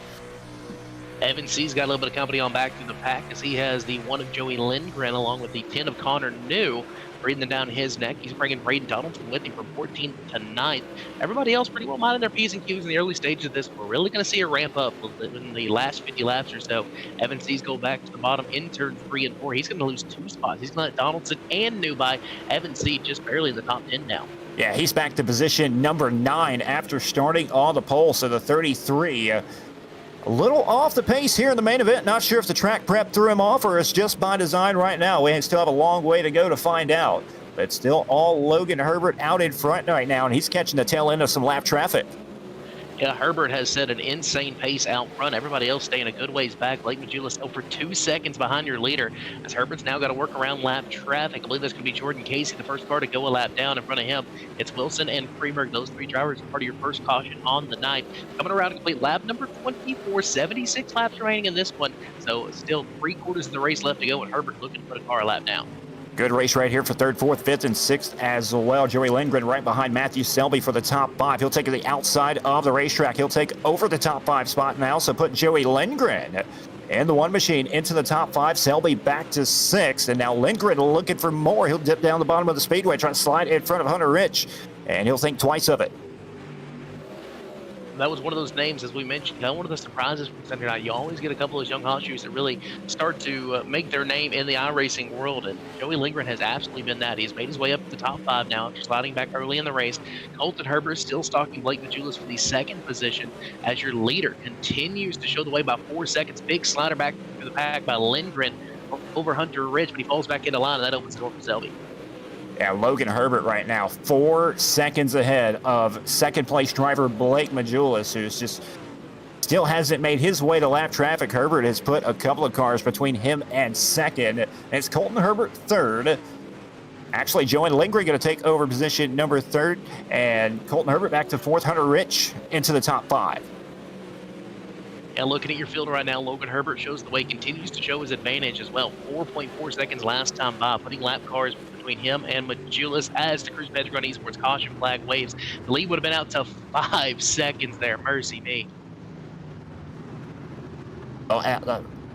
Now we can take our breath just a little bit. And Logan Herbert, he had to be sick to his stomach to see it, but he was thinking he was going to see it at some point. But 5-second lead a race, that's a little bit of a heartbreaker right there. Absolutely, as we got cars trying to make their way to the infield. Damian Kiefer, a little bit of damage there, not having some issues turning left as he tries to make his way to get a quick repair to get back onto the racetrack. And there was 2 drivers who were a lap down. That was Jordan Casey, Brandon Freeberg, the first 2 to go a lap down. So 23 drivers on the lead lap as of now. Dylan Wilson was the one who looks out in that. He will be the final driver on the lead lap. And I don't know if I've ever seen that. The leader just got an EOL. The leader just got an end-of-line penalty. Not sure what is going on there, but Logan Herbert, who has led from the jump, been absolutely dominant, has been given an end-of-line penalty here in the main event on lap number 30. I've never seen that. Yeah, as you go back and watch the replay, he was going to throw a slider on Dylan Wilson to put him a lap down, and just a whole lot of right rear to the nose of the 80 machine. And your race leader had a 5-second lead. Will now head to the back of the lead lap cars. Talk about a storyline. That is probably the biggest storyline I've ever seen in a Schaeffer's Oil Spring Fling. Your race leader end of line after contact with a lap car. And now, Wes, this will put Joey Lindgren on the front row alongside Blake Majulis. Lindgren had worked his way up to second. We'll see if Lindgren can pull ahead and take advantage now. We're double back up coming to green. Looking to spoil the party is Joey Lindgren, as Blake Majulis kind of just stayed second for most of the race. Here comes Hunter Rich as well. He looks to the inside. Colton Herbert in the mix. As we're going to go slider inbound by Herbert. He's going to fall back into line as Lindgren shows the way. Majulis got company for second. And here goes Majulis on the bottom of the speedway. He'll try to slide up in front of Lindgren. Not going to make it happen. He's actually going to lose a couple of spots for that right now. Herbert and Hunter Rich in the 3-1-3 going to try to go around him as well. Majulis back to 4th and maybe more now. Matthew Selby has made his way into the top 5 after riding about the 6-7 spot for much of the race. Braden Donaldson out from 14th up into the 6th position behind Selby. Connor New from 12th to 7th. Evan C. back to 8th. He's kind of stayed steady there. Colton Zimmer runs 9th after starting 18th. And Brady Thompson from 22nd to the top 10. Joey Lindgren, your race leader right now, stretching his lead out over Colton Herbert, who now sits position number 2. Hunter Rich up to 3rd. Blake Majulis 4th. Matthew Selby to the top 5. Braden Donaldson 14th to 6th right now. Good drive by him, looking to get inside the top 5. Connor New 12th to 7th. Colton Zimmer, like you said, 18th to 8th. Brady Thompson 22nd to 9th. And Hayden Collison 20th to 10th. The Kosciuszko, Mississippi driver also on the move as well. So a lot of movers and shakers, little less than halfway. Absolutely. I mean, still a whole bunch of race left to go. We just kicked off lap number 35, so 65 laps left to go in this one. You got to think, what is going through Joey Lindgren's mind? You're leading the biggest iRace of the year. $6,000 is in front of you. Still got 60 laps to go, but you're putting a lot of distance between you and Colton Herbert, and you know it's got to be there. Are you using up your tires? Are those guys behind you just waiting for the right time to strike? Yeah, that's got to be going through his mind right now. Meanwhile, Matthew Selby, he'll go 2 for 1 right here, 4th to 2nd with a slider. Herbert will cross him back down the hill on the front straightaway, but Selby will at least gain 1 spot and make that 2 on the outside of the speedway now. Selby from 4th to 2nd. Matthew Selby has been on the move for the first 10 to 15 laps of this one. He was perfectly fine with riding in the middle of the pack from 5th to 10th. Now he is starting to march his way toward the front. The last few laps, he has gained position after position, was barely in the top 5 on the restart. Now he sits in the 2nd spot, and he is tracking down your leader. 1.4 second gap last time by between Lindgren and Selby. We'll see if that changes here. As Lindgren goes across the line, Selby goes across the line. It's down to 1.3. 1.3 seconds, and then right behind him, these guys are throwing sliders all over the speedway. Blake Majulis, Colton Herbert, Hunter Rich, all right there. Majulis throwing sliders 2 for 1, but can't quite make it happen. Loses a lot of momentum when he goes up the hill, and he'll try it again down the back straightaway. Logan Herbert, an early look at your leader who got that EOL after the caution flag a few moments ago, about 10, 15 laps ago. He has made his way back up to the 15th position. Keep an eye on him. One of the craziest storylines we have seen in a spring fling, without a doubt, when the leader gets an EOL after contact with the 80 of Dylan Wilson. So right now, Matthew Selby continues to show the way in 2nd, and that gap has stayed at 1.3 the last time by, last few laps at that, and it continues the same way this time. Tough break, like you said, for Logan Herbert. Had a 5-second lead, evaporated with the caution and the end of the line penalty. Now trying to work his way back through the field. We know he has a fast car to do so, and he is slicing and dicing his way through the field, trying to make something happen. As you see him working right there with Diesel Jones getting her way around him, and now he'll have up the front Jesse Intrican as well as he's gotten around. Still short of halfway here. We just come around to complete lap number 45. Still 5 till halfway here as Lindgren leads about 1.4 seconds, kind of in the gap. About the last 5 laps for him and Selby. Majulis now back up to the 3rd spot after a good race with Herbert and Rich. Majulis might just be trying to set himself up, save at least enough tire, know you got more than the guys in front of you, and be in a good enough position to be there at the end. I'll tell you what, Wes, another storyline I'm really surprised at right now, sitting back in position at number 17, was your pole sitter, Evan C. C dominated Sunday night. He started on the pole, won the heat, won his prelim feature going away, and he was one of the absolute favorites to pick up a win here tonight. And he has went from 1st to 17th, and he is almost 11 seconds behind your race leader right now. The HDF1 of Jesse Henderson. I want to mention, doesn't look like Henderson has a spoiler. That is something you have to have around this facility, as not just on iRacing, but at Eldora Speedway. Aerodynamics is such a big thing, and Henderson continues to slide, and that may hurt him, as he'll be in danger of going a lap down here in about 5 laps. Joey Lindgren, the next driver to approach lap traffic, coming up here in the next couple of laps. He's got a couple of drivers directly ahead of him. Matthew Selby, 1.7 seconds behind right now, and then you got to go back to 2.4 to Blake Majulis. And then it's 4 seconds back to 4th back there with Colton Herbert and Hunter Rich. So Lindgren has stretched his lead out, as we saw with Herbert earlier. Can he maintain the pace and work through lap traffic cleanly? Because that was a big story.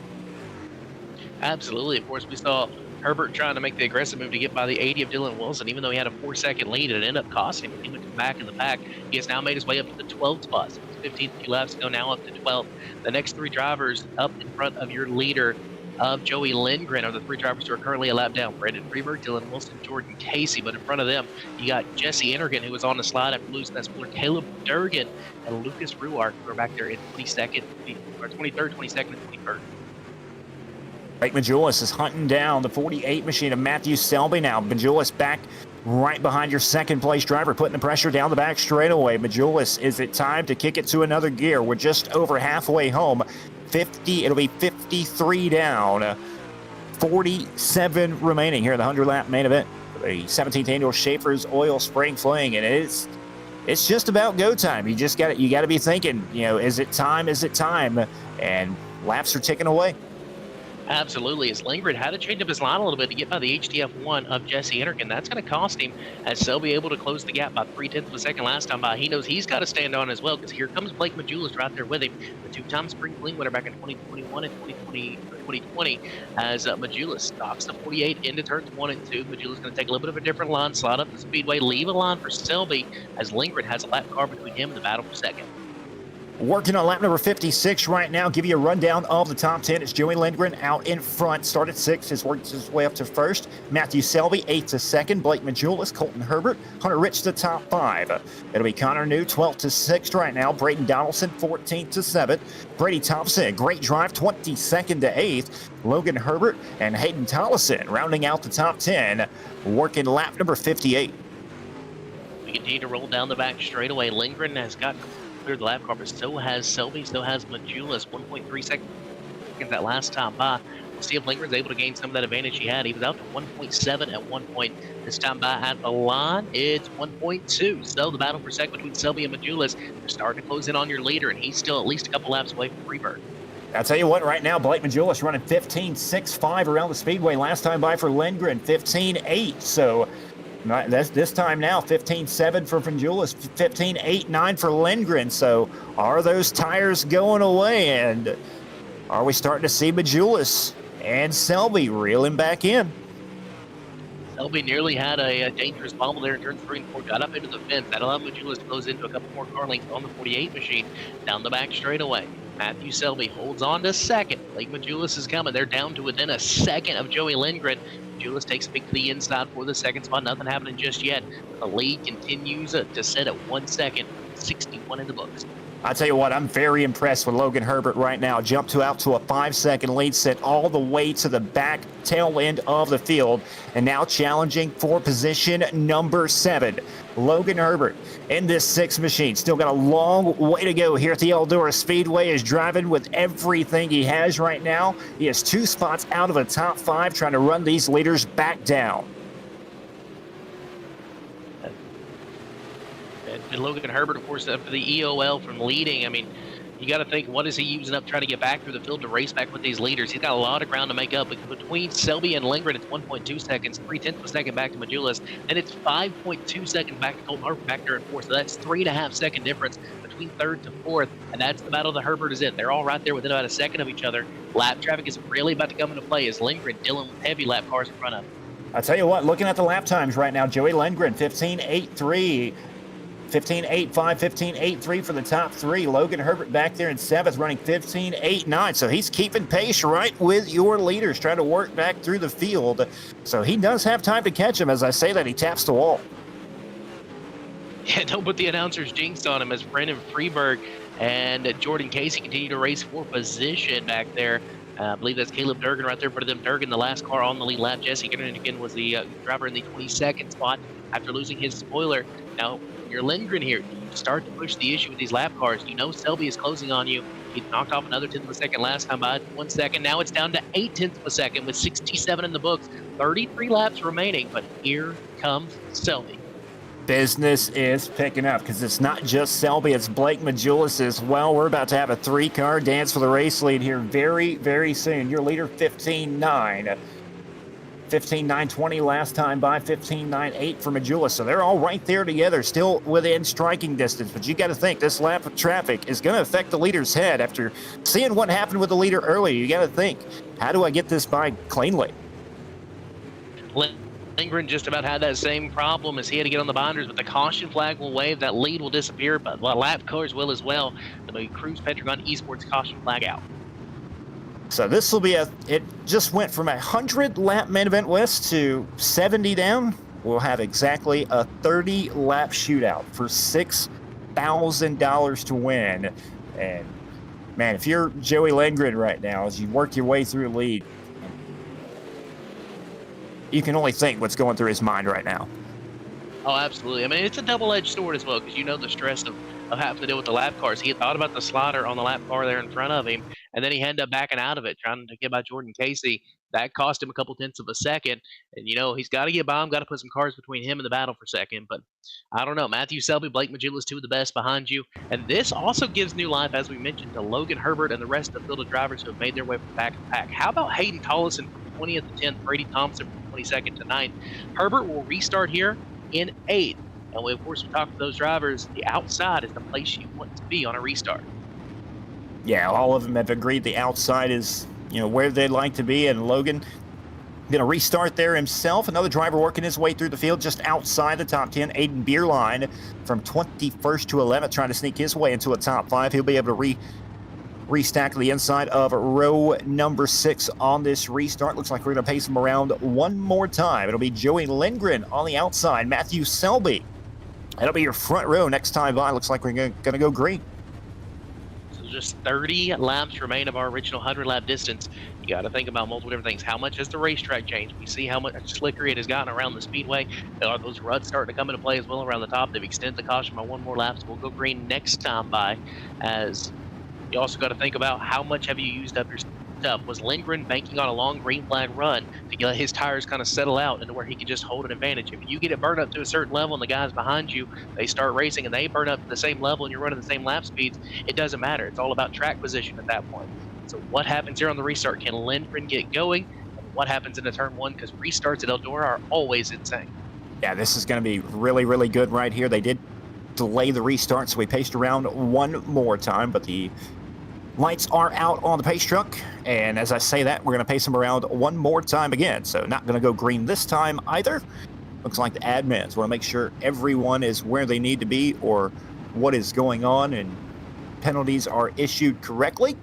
So we'll pace them around one more time. Only 30 laps remaining. Appreciate each and every one of you tuning in, man. We got 521 watching on the live stream right now on the TeamVLR.com Facebook page. Can we get that up even more for these final 30 laps? You don't want to miss it. $6,000 about to be crowned on iRacing.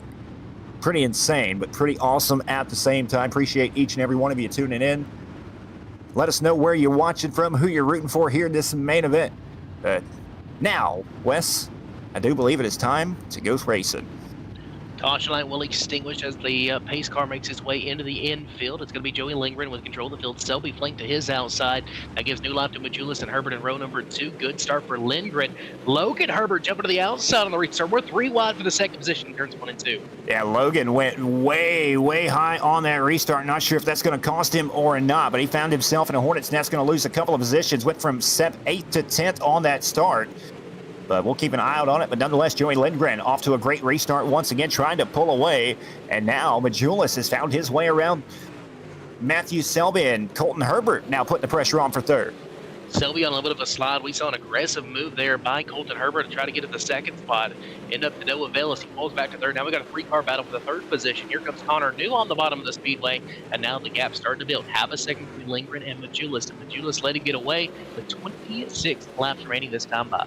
Connor New, one of those drivers we haven't really called all night now, trying to sneak his name into the picture late in the race. Less than 30 laps to go. Now Connor New gliding up in front of Hunter Rich right now for the top 5, and the caution going to come out on the speedway. I think it was Logan Herbert, our early race leader, who had that EOL, went to the back of the pack as he is disconnected. So I would assume that was from the 7 car of Herbert. Is now, man, you hate to see it. What an amazing drive he had been on. Had a 5-second lead before receiving that EOL. Had drove his way back up to the top 10, 8th on the restart. His night at Spring Fling seemed to be over.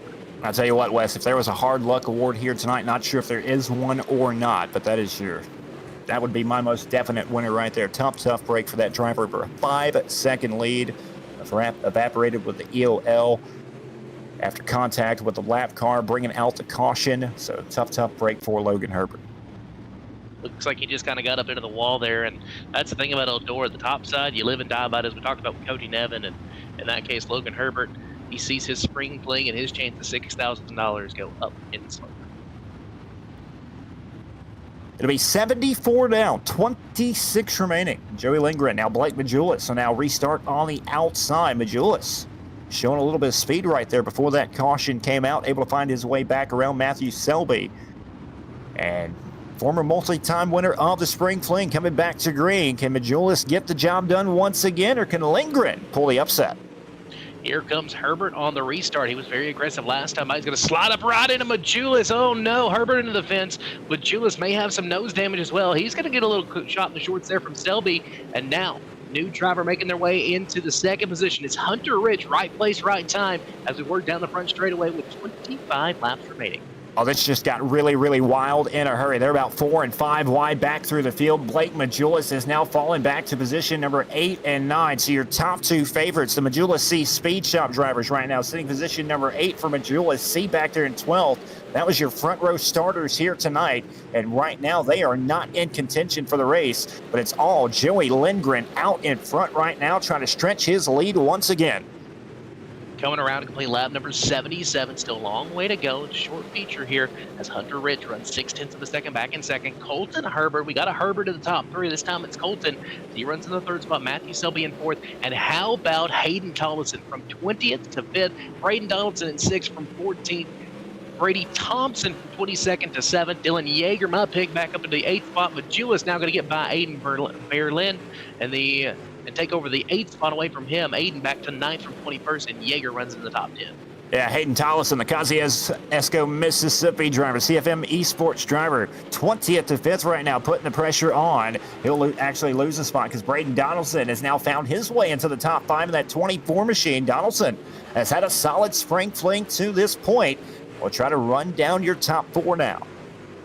As Joey Lindgren continues to show the way, 0.6 of a second last time. A little bit of that gap eaten away by Hunter Rich. A little bit different line ran by Lindgren now in turns 3 and 4. He'll enter through the middle of the speedway, drift up to the cushion, trying to keep that race car that right rear tire under you as much as possible. Everybody else been entering on the top, staying on the top in 3-4. This time by the lead back out to 6.5 tenths of a second. Hunter Inch in the 3-1-3 now sits position number 2. Last time by 16:07 to Lindgren's 15:99. So Lindgren, not only the race leader, still the fastest on the speedway. So his stuff hasn't used up too much just yet. So still working his way around. Less than 20 to go now. It'll be 83 complete. 17 to go for $6,000 for Joey Lindgren. Colton Herbert going to pull the trigger. He says, man, I'm tired of riding behind you. It's time to get my way to the front. He's going to take the second spot. Selby goes 2 for 1 and turns 1 and 2 for the second position. Going to be crossed over by Herbert down the back straightaway. That's exactly what Lindgren needs. He needs them racing it out so he can stretch his advantage. Last time by, it was 5 tenths of a second. They continue to duke it out for second. At the line this time, it's over at 8 tenths of a second.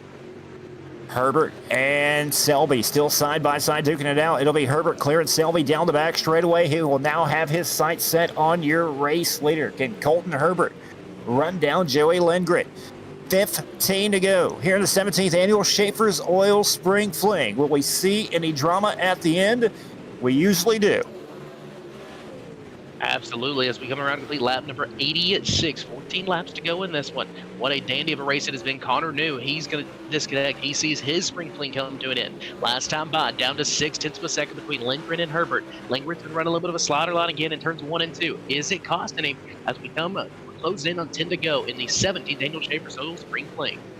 Lindgren looking really, really good right now.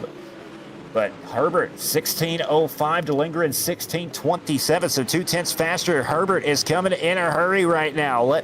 We're coming up on 10 to go here in just a moment, and we are about to have a battle for the lead, and caution going to come out on the speedway. It was about to get interesting.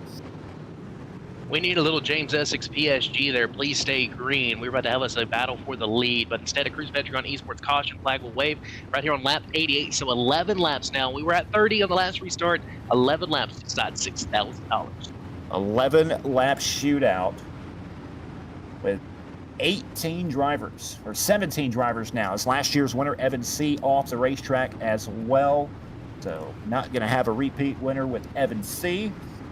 So 17 drivers still out there on the speedway, 11 lap shootout. Joey Lindgren going to have to sweat it out on a restart one more time. This time, Colton Herbert will make his way to the outside of row number 1, and Herbert has had a very fast race car the last couple of laps, trying to get the job done here tonight. We see Evan C's night come to an end via a little contact there with Caleb Durgan, who receives the EOL. Durgan just kind of slid on up and didn't leave a whole lot of lane there for C. C goes into the fence with the damage model. The right front was done. So was his spring fling. Tough break for those drivers back there. Nonetheless, doubled back up once again. Just going to pace them around one more time. Not going to go green this time. Braden Donaldson, 14th to 5th. Great shout out by him. As you said earlier, Hayden Tollison, 20th to 6th. Brady Thompson, 22nd to 7th. Logan Rumsey, 17th to 8th. Dylan Yeager, 9th to 9th. And probably the other biggest surprise, Blake Majula, 2nd to 10th.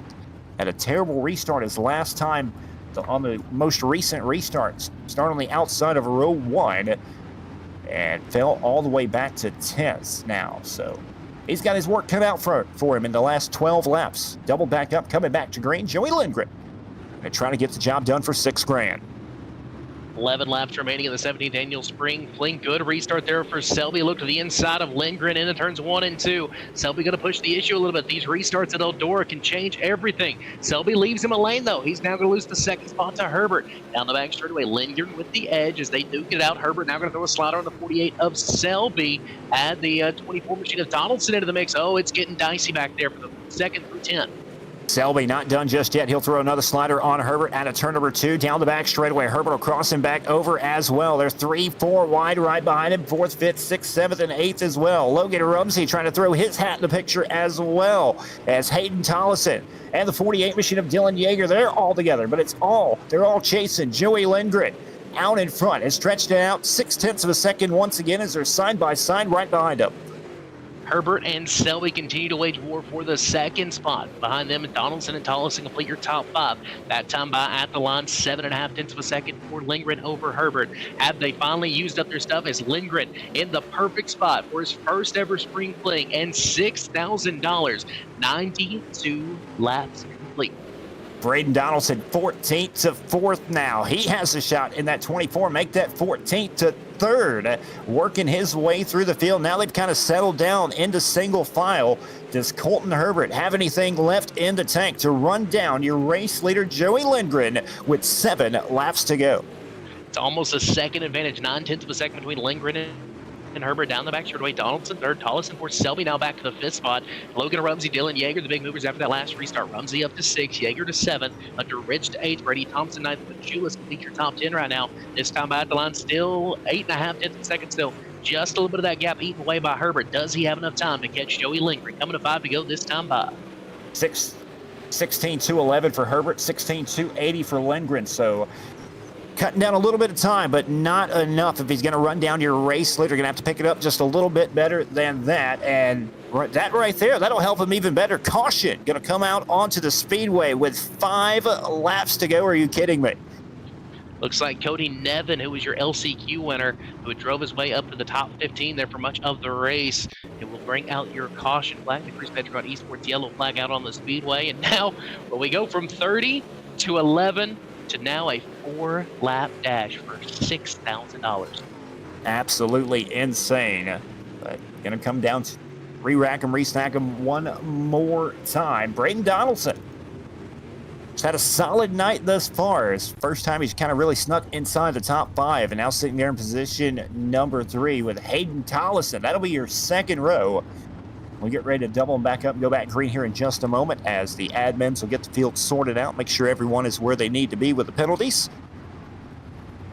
4 laps remaining. You know, what would your mindset be like for $6,000 sitting in Joey Lindgren's spot, Wes?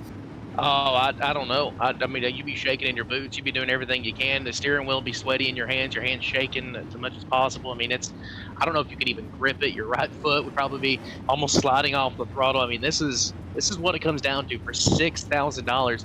And is this restart the thing he actually wanted to see? He's been getting out very good on these restarts as Herbert has had company each and every time for that second spot, and that's allowed the gap to build for Lindgren. Right now, he's only got to hold on for 4 laps. If he can get a good enough jump, if someone like Donaldson or someone like Tollison or Selby throws a bonsai move for the second spot, Joey Lindgren run away with a $6,000 payday. Don't count out the flying carrot back there. Logan Rumsey, 17th to 6th right now. Starts on the outside of row number 3. And with the action we have seen thus far, it is definitely not impossible to move up 5 more spots in 4 laps here at Eldora. But Joey Lindgren's the driver they're trying to run back down right now. Coming back to green, 4 laps remaining. Here we go. Start there by Herbert. They're going to bounce off each other out of turns 3 and 4. Here comes Donaldson. He's going to look to the inside of Lindgren down the back straightaway, though. About to have him 3 wide, fanning out for $6,000. A 17 Daniel Schaeffer Soul Spring Fling. Herbert thinking about the slider. He hits the inside wall, leaves Lindgren a lane. Is that the move that gives Joey Lindgren the victory? As now battle for the second spot heats up again in turns 1 and 2 with 3 laps to go. 3 laps remaining. Joey Lindgren going to pull away once again as now Hayden Tollison for 20th, looking for second on the outside. Colton Herbert challenging for the race lead, but fell back after the contact. 2 to go for Joey Lindgren. Hayden Tollison has now cleared Colton Herbert out of turns 1 and 2. Does he have enough in the final lap and a half of the 17 Daniel Schaeffer's Oil Spring of Fling through turns 3 and 4? Here comes Tollison in the 327. White flag in the air for $6,000. Final time, Joey Lindgren going into turn number 1 and 2. Hayden Tollison in the 327, trying to run him down. Single file down the back straightaway for the final time into turn number 3 and 4. Joey Lindgren, Hayden Tollison, Colton Herbert. It'll be Joey Lindgren going to pick up the win of the 17th Annual Schaeffer's Oil Spring Fling. Hayden Tollison hanging on for second. Colton Herbert going to pick up third. My, oh my, Joey Lindgren going to pick up $6,000 with the Schaeffer's Oil Spring Fling. What a race. Oh, man. Joey Lindgren, the guy who was just even surprised, he was so elated to even be in the mix during his prelim night, is now a Spring Fling champion. Hayden Tollison second, Herbert third, Donaldson fourth. Dylan Yeager drives back up to fifth. Selby falls back to sixth. Dylan Wilson, who was one of your cars going a lap down early in this one, he ends up seventh. Logan Rumsey eighth. Brady Thompson ninth. Luke Duarte 10th. My, oh my, Lindgren, Joey Lindgren, celebrate to your heart's desires. There you are, Spring Fling champion. Burning it down here on the front straightaway as he should. Picking up the $6,000 over one of the toughest fields you can imagine on the iRacing circuit. Awesome drive for Joey Lindgren. Made all the right moves on the restarts, able to pull away after starting position number 6. Joey Lindgren going to get the job done, and he'll pick up the $6,000 going to victory lane right there on the front straightaway here at the Eldora Speedway. Joey Lindgren, your winner for the 17th annual Schaeffer's Oil Spring Fling. And we're going to go ahead and bring down our third place finisher right now. He's already up there in the interview booth waiting for us.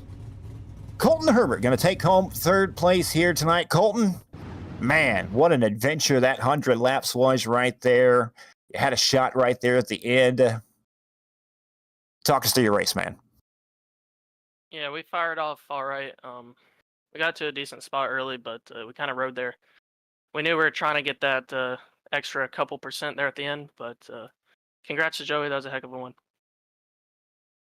Well, man, you threw some sliders right there at the end. Do you think there's, going back and looking at it, do you think there's anything you could have done differently to maybe have a shot to challenge for the win right there? 100%. I think if the mirrors weren't there, when I had the momentum going down, the slide I'm 3 and 4, but I completely understand. You got to do what you got to do. We're racing for $6,000, but I think if the mirrors weren't there, I think I get it done. But at the end of the day, it happens. I mean, I killed Blake early in the race. I apologize for that. I went in there. I was trying to slide them both, and I hit the inside wall. I want to apologize to Blake for that. I know he's probably pretty upset, but I think we had the car at the very end to win. Just I couldn't make the move. Just those last couple yellows when I was running them down kind of cost me. But it's hard to be unhappy with the third, so we'll take it. Wes, what you got for our third place finisher here tonight? Well, you kind of foreshadowed there what my kind of question here with those restarts. It seemed like every time we get a green flag run, you'd be all over the back bumper of Lindgren, setting yourself up to make a move. You need a tenth or 2/10 every couple laps, and you'd be right there with him, and then a restart would happen. And as we know with Eldora, restarts are absolutely insane. So kind of take us through your mindset there and kind of watching it slip away as you're just dicing it up to even stay in the top 3. Yeah, I mean, the one restart definitely helped me, but I had something for Joey, and then unfortunately Selby kept trying to race me just because his teammate was in the lead. But I understand that as well. It happens. They're friends. They're both trying to go get $6,000. But I think if Selby wouldn't have raced me there, and I had some clean air there, I think I could have ran him down a lot sooner. But I don't know. I thought we fired off well in the restarts for what air we were running and the tire we had left. But I made a couple mistakes there that I could have got the job done. I just fell just short. You had a chance there vying for the lead there under Lindgren, and you grabbed the inside wall, but you lifted and let him have the lane. Kind of, how heartbreaking is that to you whenever you know you have a chance at it, but racetrack kind of comes back to bite you? Well, yeah, I mean, that's what I was saying. Which we all have him, it was just a little mirror racing there. But blocking for $6,000, there's nothing wrong with that. It's just, I don't know. I feel like if I would have saved a little more at the beginning, I could have got there. But then I clipped the inside wall. I was smart enough to not destroy us both. I knew I was still making good money, even if I don't win. But it's all good. And I know you got a lot of people that help you out on this race car, so let's talk about those sponsors. Yeah, first off, I got to shout out House of Speed. If you guys need to set up, go check us out. Me, Dylan, Starry, we all put in a heck ton of work to get this stuff done. I got to thank GSD, Fibrax Aviation, Solon's Transport, Airworthy, Gears Unlimited, Herbert Graphics. Anyone needs a real wrapper and iris paint, hit me up. Just Trey Mills for the spot and help. All the boys that helped me test for this: Brady Thompson, Hunter Rich, JC Floyd, my brother Logan Herbert. The list goes on and on. It's just I can't thank everybody, but I do appreciate all the help I get. Well, Colton, congratulations. Third place finish of our 120 of some of the best on the iRacing circuit. Nothing to hang your head about here tonight. Enjoy it, and we'll see you back next time, buddy. Thank you, guys. All right, ladies and gentlemen, that's Colton Herbert, your third place finisher here tonight. And Wes, I'm going to go ahead and bring down the man himself. Your winner here tonight, Joey Lindgren. Joey, 6th to 1st, and man, you had to hold off a hungry pack of drivers. You drove to the lead, and you got there, and you were able to keep it. Talk us through your race, man. I have no idea what to say. Blake, Evan, Ferg, everybody in the Discord. I don't even know what to say, man. Oh my God, this is like my biggest race ever, including real life. I just can't thank all the guys over at Majula Say enough for all the hours, all the time and effort, and the sweat. Just everything. It just is kudos to them. I wouldn't be here without any of them. It just shows that Majula Say is the dominant setup shop. Yeah. Well, Joey, I mean, you took the lead, and then caution after caution comes out, and you have to hit your restarts perfect every time. What's going through the mind each time those cautions come out? And you did a great job by on those restarts hitting your marks. What were you telling yourself to do so? I don't know. Just I guess the real life, like racecraft, kind of kicked in with the restarts. Just got to keep them guessing. Yeah, that's about it. Blake was kind of coaching me through it. Evan, everybody in Discord, Scott Fritz, the last 5 laps was a lifesaver. Just telling me, just keep going, just keep doing what you need to be doing, and we're in victory lane because of it. Yeah, wow. But Joey, you just beat 119 of some of the most badass iRacing dirt drivers on the circuit, and you just won $6,000 on iRacing. I mean, how does that sink in? That's just it hasn't sunk in yet. I mean, it has, but it hasn't. Wow, $6,000 is a lot. I gotta thank Tommy Kohick. If it wasn't for him, I wouldn't be in the Fling at all. He won a spot again, like I said, in the prelim, and he gave it to me.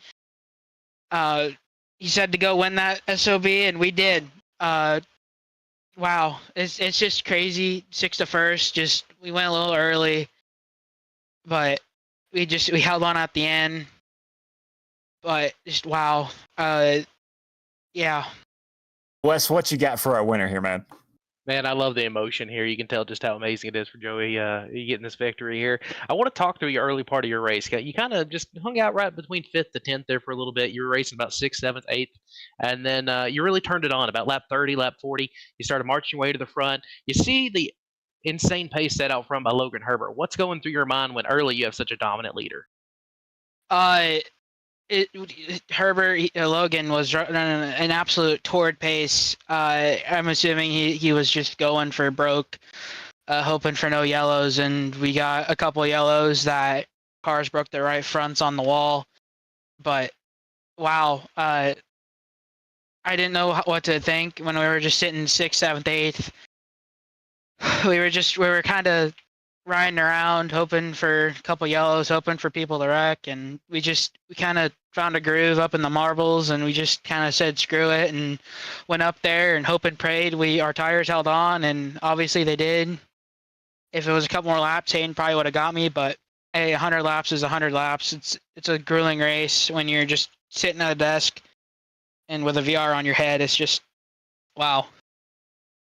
Oh, I know that $6,000 payday is going to go great in the bank account, and you got to soak this in a little bit. But now, how do you top this? How do you go back to back next year? I don't know, man. I'm not thinking in a year. I'm thinking of tomorrow. I'm thinking of now, what to do, and man, hopefully we can go back to back. But I highly doubt it. Everybody's going to get quicker. Everybody's going to get faster. Everybody's going to get more speed, and just overall, just better. Yeah, I gotta thank some of my sponsors, man. WR1, VLR, Majula Say is the #1. I should have started with them. Attack 3 Defense, Jaeger and Sons Constructions, We Victory Apparel, John Darby Race Designs. I know I screwed up on the broadcast earlier. Just everyone that's on the race car, man. I'm blanking on a couple, but wow. Well, Joey, go celebrate, $6,000 richer, go buy yourself something nice. Congratulations, buddy. And we hope to see you back down the road. Yes, sir. Thank you guys for broadcasting, and Blimp, everybody at VLR for putting on a hell of a race. First time doing it, and just first overall VLR race, I think. So, wow. Well, Joey, congratulations, and we hope to see you back down the road. Thank you, Tommy. All right, ladies and gentlemen, your 17th annual Schaeffer's Oil Spring Fling winner, Mr. Joey Lindgren. And we got one more up here in the booth who had a heck of a run himself at Kosciuszko, Mississippi, 20th to 2nd here tonight. Hayden Tollison. Hayden, man, you're another driver who had quite the adventure, had to work your way through the field, but once you got there, you had a shot. What could you have done different to probably pick up the win? I really don't know. I don't think there's much I could have done different. I was being patient there early, just trying to set a decent pace, not lose too much track position, and try not to abuse my equipment too early there and be there at the end. And we were right there at it. If I could have got around Herbert there, I felt like I maybe could have had a better shot at it. But second spring fling was an accomplishment for me, and I just wanted to make the feature. I didn't even really. It didn't matter where I finished really. I just wanted to make the feature. Well, 20th to 2nd, going to pick yourself up a cool $2,500 for doing just that. I mean, talk us through your race and how you were able to, pick off the cars that you did and work your way from 20th to 2nd. Yeah, I really picked off a lot of cars off of restarts, just restarting on the top every single time. The top just fired off so much better. At the bottom was just trapped down there on the slick, no momentum, and just got lucky with a couple of wrecks and a couple of cautions there, and just put my way to the front. Wes, what you got for our second place finisher here tonight? Man, Hayden, congratulations on such a good run there. I know obviously you come up one spot short, but what an amazing run for you and that 327 machine. Take us through kind of the mid part of that race and how much the racetrack changed for you. As you mentioned, the restarts, of course, living up to the Eldora moniker, they're always insane, but you were able to move around that race car when a lot of people were kind of married to the top or married to the bottom. Yeah, we had a really good race car right there. I wasn't really sure what set to go with, and just threw something in it, and it was really, really good anywhere I went. It was good through the middle, top, bottom. Anywhere I went, it was really good. And I just gotta thank all guys at CFM Sports, and yeah. And I want to talk about the quality of competition here. You just bested a solid field. We started with 120, and to say you were the second best driver of some of the best drivers on iRacing, that's got to be a major accomplishment.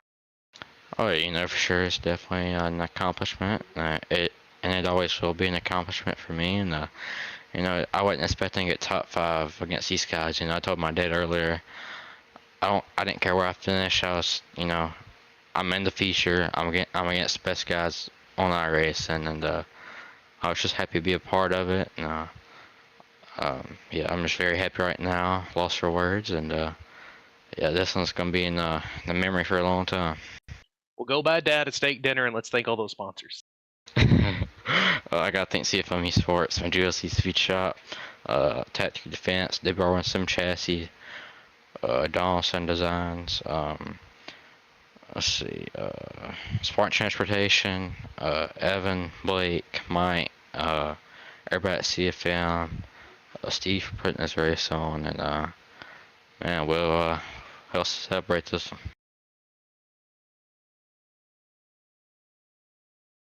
Well, Hayden, congratulations. Second place finish here tonight. Go celebrate, and we'll see you now down the road, buddy. Yep, thank you. All right, ladies and gentlemen, that's Hayden Tollison, your second place finisher. And Wes, I'm going to bring down one more driver. Well, he's a driver, but he wasn't in the race tonight. The leader of Team VLR, the owner of Team VLR, Mr. Chris Ferguson. Chris, I know you're heavy at work getting all the seats and everything ready for Eldora, but man, talk about this spring fling and your final thoughts. Oh, man, it's just crazy. Sim racing is alive and well. And, I know the spring fling got pushed back this year, but it was all for a good reason. We were able to pump it up bigger than ever like we do every year. It's just really cool to see these young guys kind of come in here and run good in this race. The Herberts, Lindgren, Hayden, Braden Donaldson. I mean, there's a fresh young crop of iRacers that come in and took some money home, and every year, you know, I worked pretty hard on this thing with Tommy and everybody at VLR. We all worked really hard kind of throwing this thing together. And I get a little frustrated. And the last 2 days, you know, Saturday and Tuesday, I kind of took some time off to had other stuff going on. But, you know, leaving it in the right hands. And, man, we just hit a home run. And just super thankful for all the sponsors. Like, it's crazy that we're able to do an $18,000 purse and do that in iRacing. And it's not easy. You know, there's a lot of guys behind the scenes. So it's just super thankful for all them. Thankful for Schaeffer's oil for believing in sim racing and seeing what it can do for all these drivers. I mean, there's 48 drivers that are, you know, getting paid to race tonight. So it's a blessing. We're super thankful for them. Thankful for all the sponsors, all the guys behind the scenes, man. It's shout out to everybody. I mean, you know, Calvoda, Howard, KT, Burrow, that the people that were helping admin the race, Tommy, the broadcast, Maconi, just there's so many people that it takes to make this happen, especially on this kind of level. We had 500, 600 people, you know, live watching this race. And I'm just super thankful that I'm the one that gets to do it. Chris, talk about your passion for just a minute for this iRacing stuff, because I mean, you've come on the scene and man, you've just, you know, kind of rolled with it and you're very passionate about it. And you're involved in behind the scenes and, you know, you have a voice with this and you seem to enjoy what you're doing. Yeah. I mean, it all started when I was a kid. I got on NASCAR 2003 and raced online at my uncle's house on his account. And after he went to bed and would stay up till 4 or 5 in the morning racing NASCAR races at Talladega, Atlanta, Charlotte. And then got into I remember when dirt tracking came out on the cell phones and got involved with the dirt tracking stuff online and then iRacing. And I don't know, man, it's just something resonates with me. I always kind of struggled really kind of being able to afford to race. And even though I've been very blessed and fortunate to get to the level we're at, you know, a lot of people aren't as lucky as guys like me. So the next best thing is sim racing. And, you know, there's a lot of guys that are on the sim that may not get the race in real life. And you can't tell me that this race right here, I mean, it's so big. And to be able to have the same pressure, I get the same emotions for something like this. Like, I mean, I'm watching the last 5 laps and it's getting kind of crazy. And I mean, the hair standing up on my arm and, you know, you get the same emotions and, you know, everyone, it's not a fraction of the cost to race compared to real cars. So a lot of people get to show their talents where they may not ever get the chance in real life. And, you know, having the fans, having the people talking about the race, having the people that support the race. I mean, there was 120 guys that signed up for this race and we're super grateful for all of them. And just to have everybody involved, that's why it's important to me. It's special to me. I enjoy it. I've made a lot of friends and I've got, you know, sponsors from my real race car from this. And it's just, I don't know, it's a great community. And, you know, there's always a few toxic traits that, you know, sometimes, you know, it's late at night, people kind of mess up, but, you know, you forgive and forget. And at the end of the day, it's still a great community. There's a lot of kids that I get to see at the racetrack and a lot of people I get to meet from the racetrack from the sim world. And I truly do enjoy it. And I know I'm not alone in feeling that. Wes, what you got for Fergie? First off, I got to say thank you for everything you do and putting this event on and letting me be a part of it. It's been a journey. It's been a lot of fun, and I've enjoyed every second of it. I've only got one question for you, just because I spend so much time around others and promoters all the time. Every promoter is always thinking the same thing whenever the checkered flag comes out, and that is, what's next? So what is next for VLR? What is next for Chris Ferguson? You know, we're kind of trying to plan if we're going to do a UMP mod series. We typically do. You know, we missed our birthday, so we got to do the birthday bash. And maybe bringing the Fall Frenzy back, and then I've got to talk to Rocky about doing the Gobbler. So, there's a lot we got to get caught up on just because everything got busy this year. Everybody gets busy, but at the end of the day, putting on this show, rejuvenates everybody. The blood's flowing again, and the admins and the people behind the scenes, like I said, Howard and Burrow and Calvoda, man, they work their butts off, along with the help of Tommy and a lot of other people that are just man, it's just there's so much work behind it. But now it's kind of like, wow, we're back, and it's just absolutely amazing. I don't know. My real racing next week, the World 100. We got a lot of guys that are going to come out there from the sim racing world, and looking forward to debuting a new race car we're going to talk about later on, and also just the World 100. What a heck of a showing for the VLR, and a lot of us guys at VLR get together and go do this, and hopefully get Howard and Calvoda to show up again, and maybe get Tommy out there one day. I know Tommy's got a really big, cool opportunity coming up. So yeah, just a lot. The blood's flowing again. So let's we're gonna do our best to keep growing. Well, thank you again, sir, and best of luck at the World. I appreciate it, man. Thank y'all again for the broadcast. It was awesome tonight. Y'all did a great job, man. We enjoyed it. Thanks to all the sponsors, everybody that tuned in. Congratulations to Lindgren. Heck of a driver, heck of a drive, and thanks to all the competitors. We appreciate it. All right, Chris. Well, once again, appreciate you having me up here as part of it. But Chris Ferguson going to be up at the World 100 up at the Eldora Speedway next weekend. I'm going to bring down one more person here tonight, the man behind the scenes making all the calls, Mr. Steven Calavoda himself. Steve, it's over. You can take a breath now and stress a little less. But, man, was that some work. Man, it's a lot of work, but when it turns out like that, I mean, it feels like I didn't do much work, but we all know that there's a ton of work that gets poured into this. The people that do the work know about it. The people that don't do the work really don't know what it takes. So it takes a lot. It takes a lot from a lot of people. Big shout out to Maconi Entertainment. This is our first time working with them. They did a fantastic job. Tommy, Wes, you guys rock. I definitely appreciate you guys as well.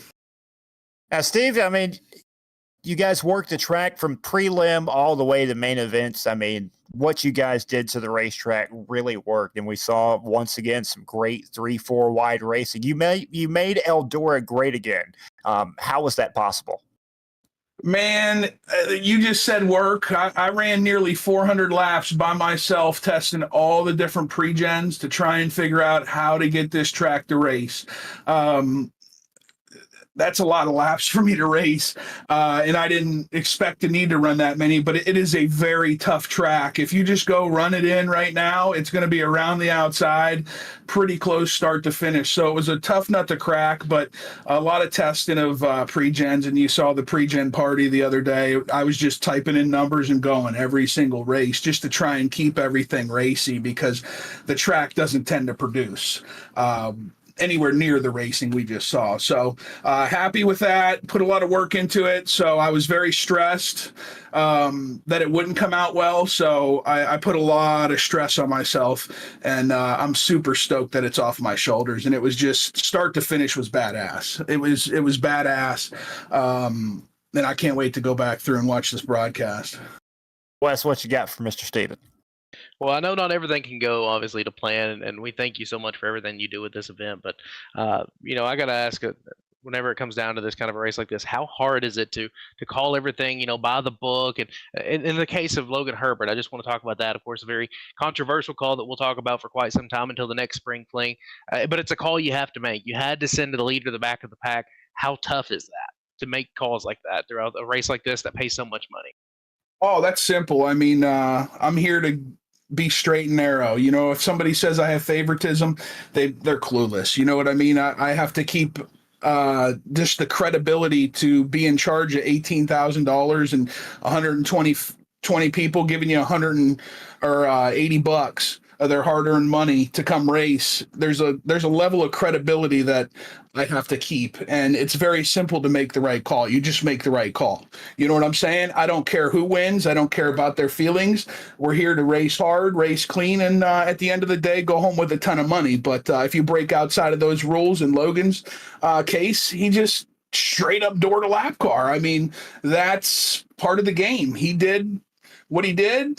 He had to go to the back. He had a nice drive up through. It stinks when people do that. It stinks to have to send him to the back. But at the end of the day, that's what I'm here for. And that was the right call to make.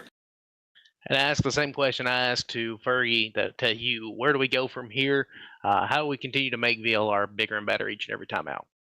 Man, we got the best partners in the world, dude. Schaeffer's Oil. Schaeffer's Oil, if you guys need anything for your cars, greases, lubricants, anything like that, please, guys, this would not be possible to this extent without Schaeffer's Oil. 175-year-old company. Go support them. If you need any products whatsoever, visit their website, visit the local parts store.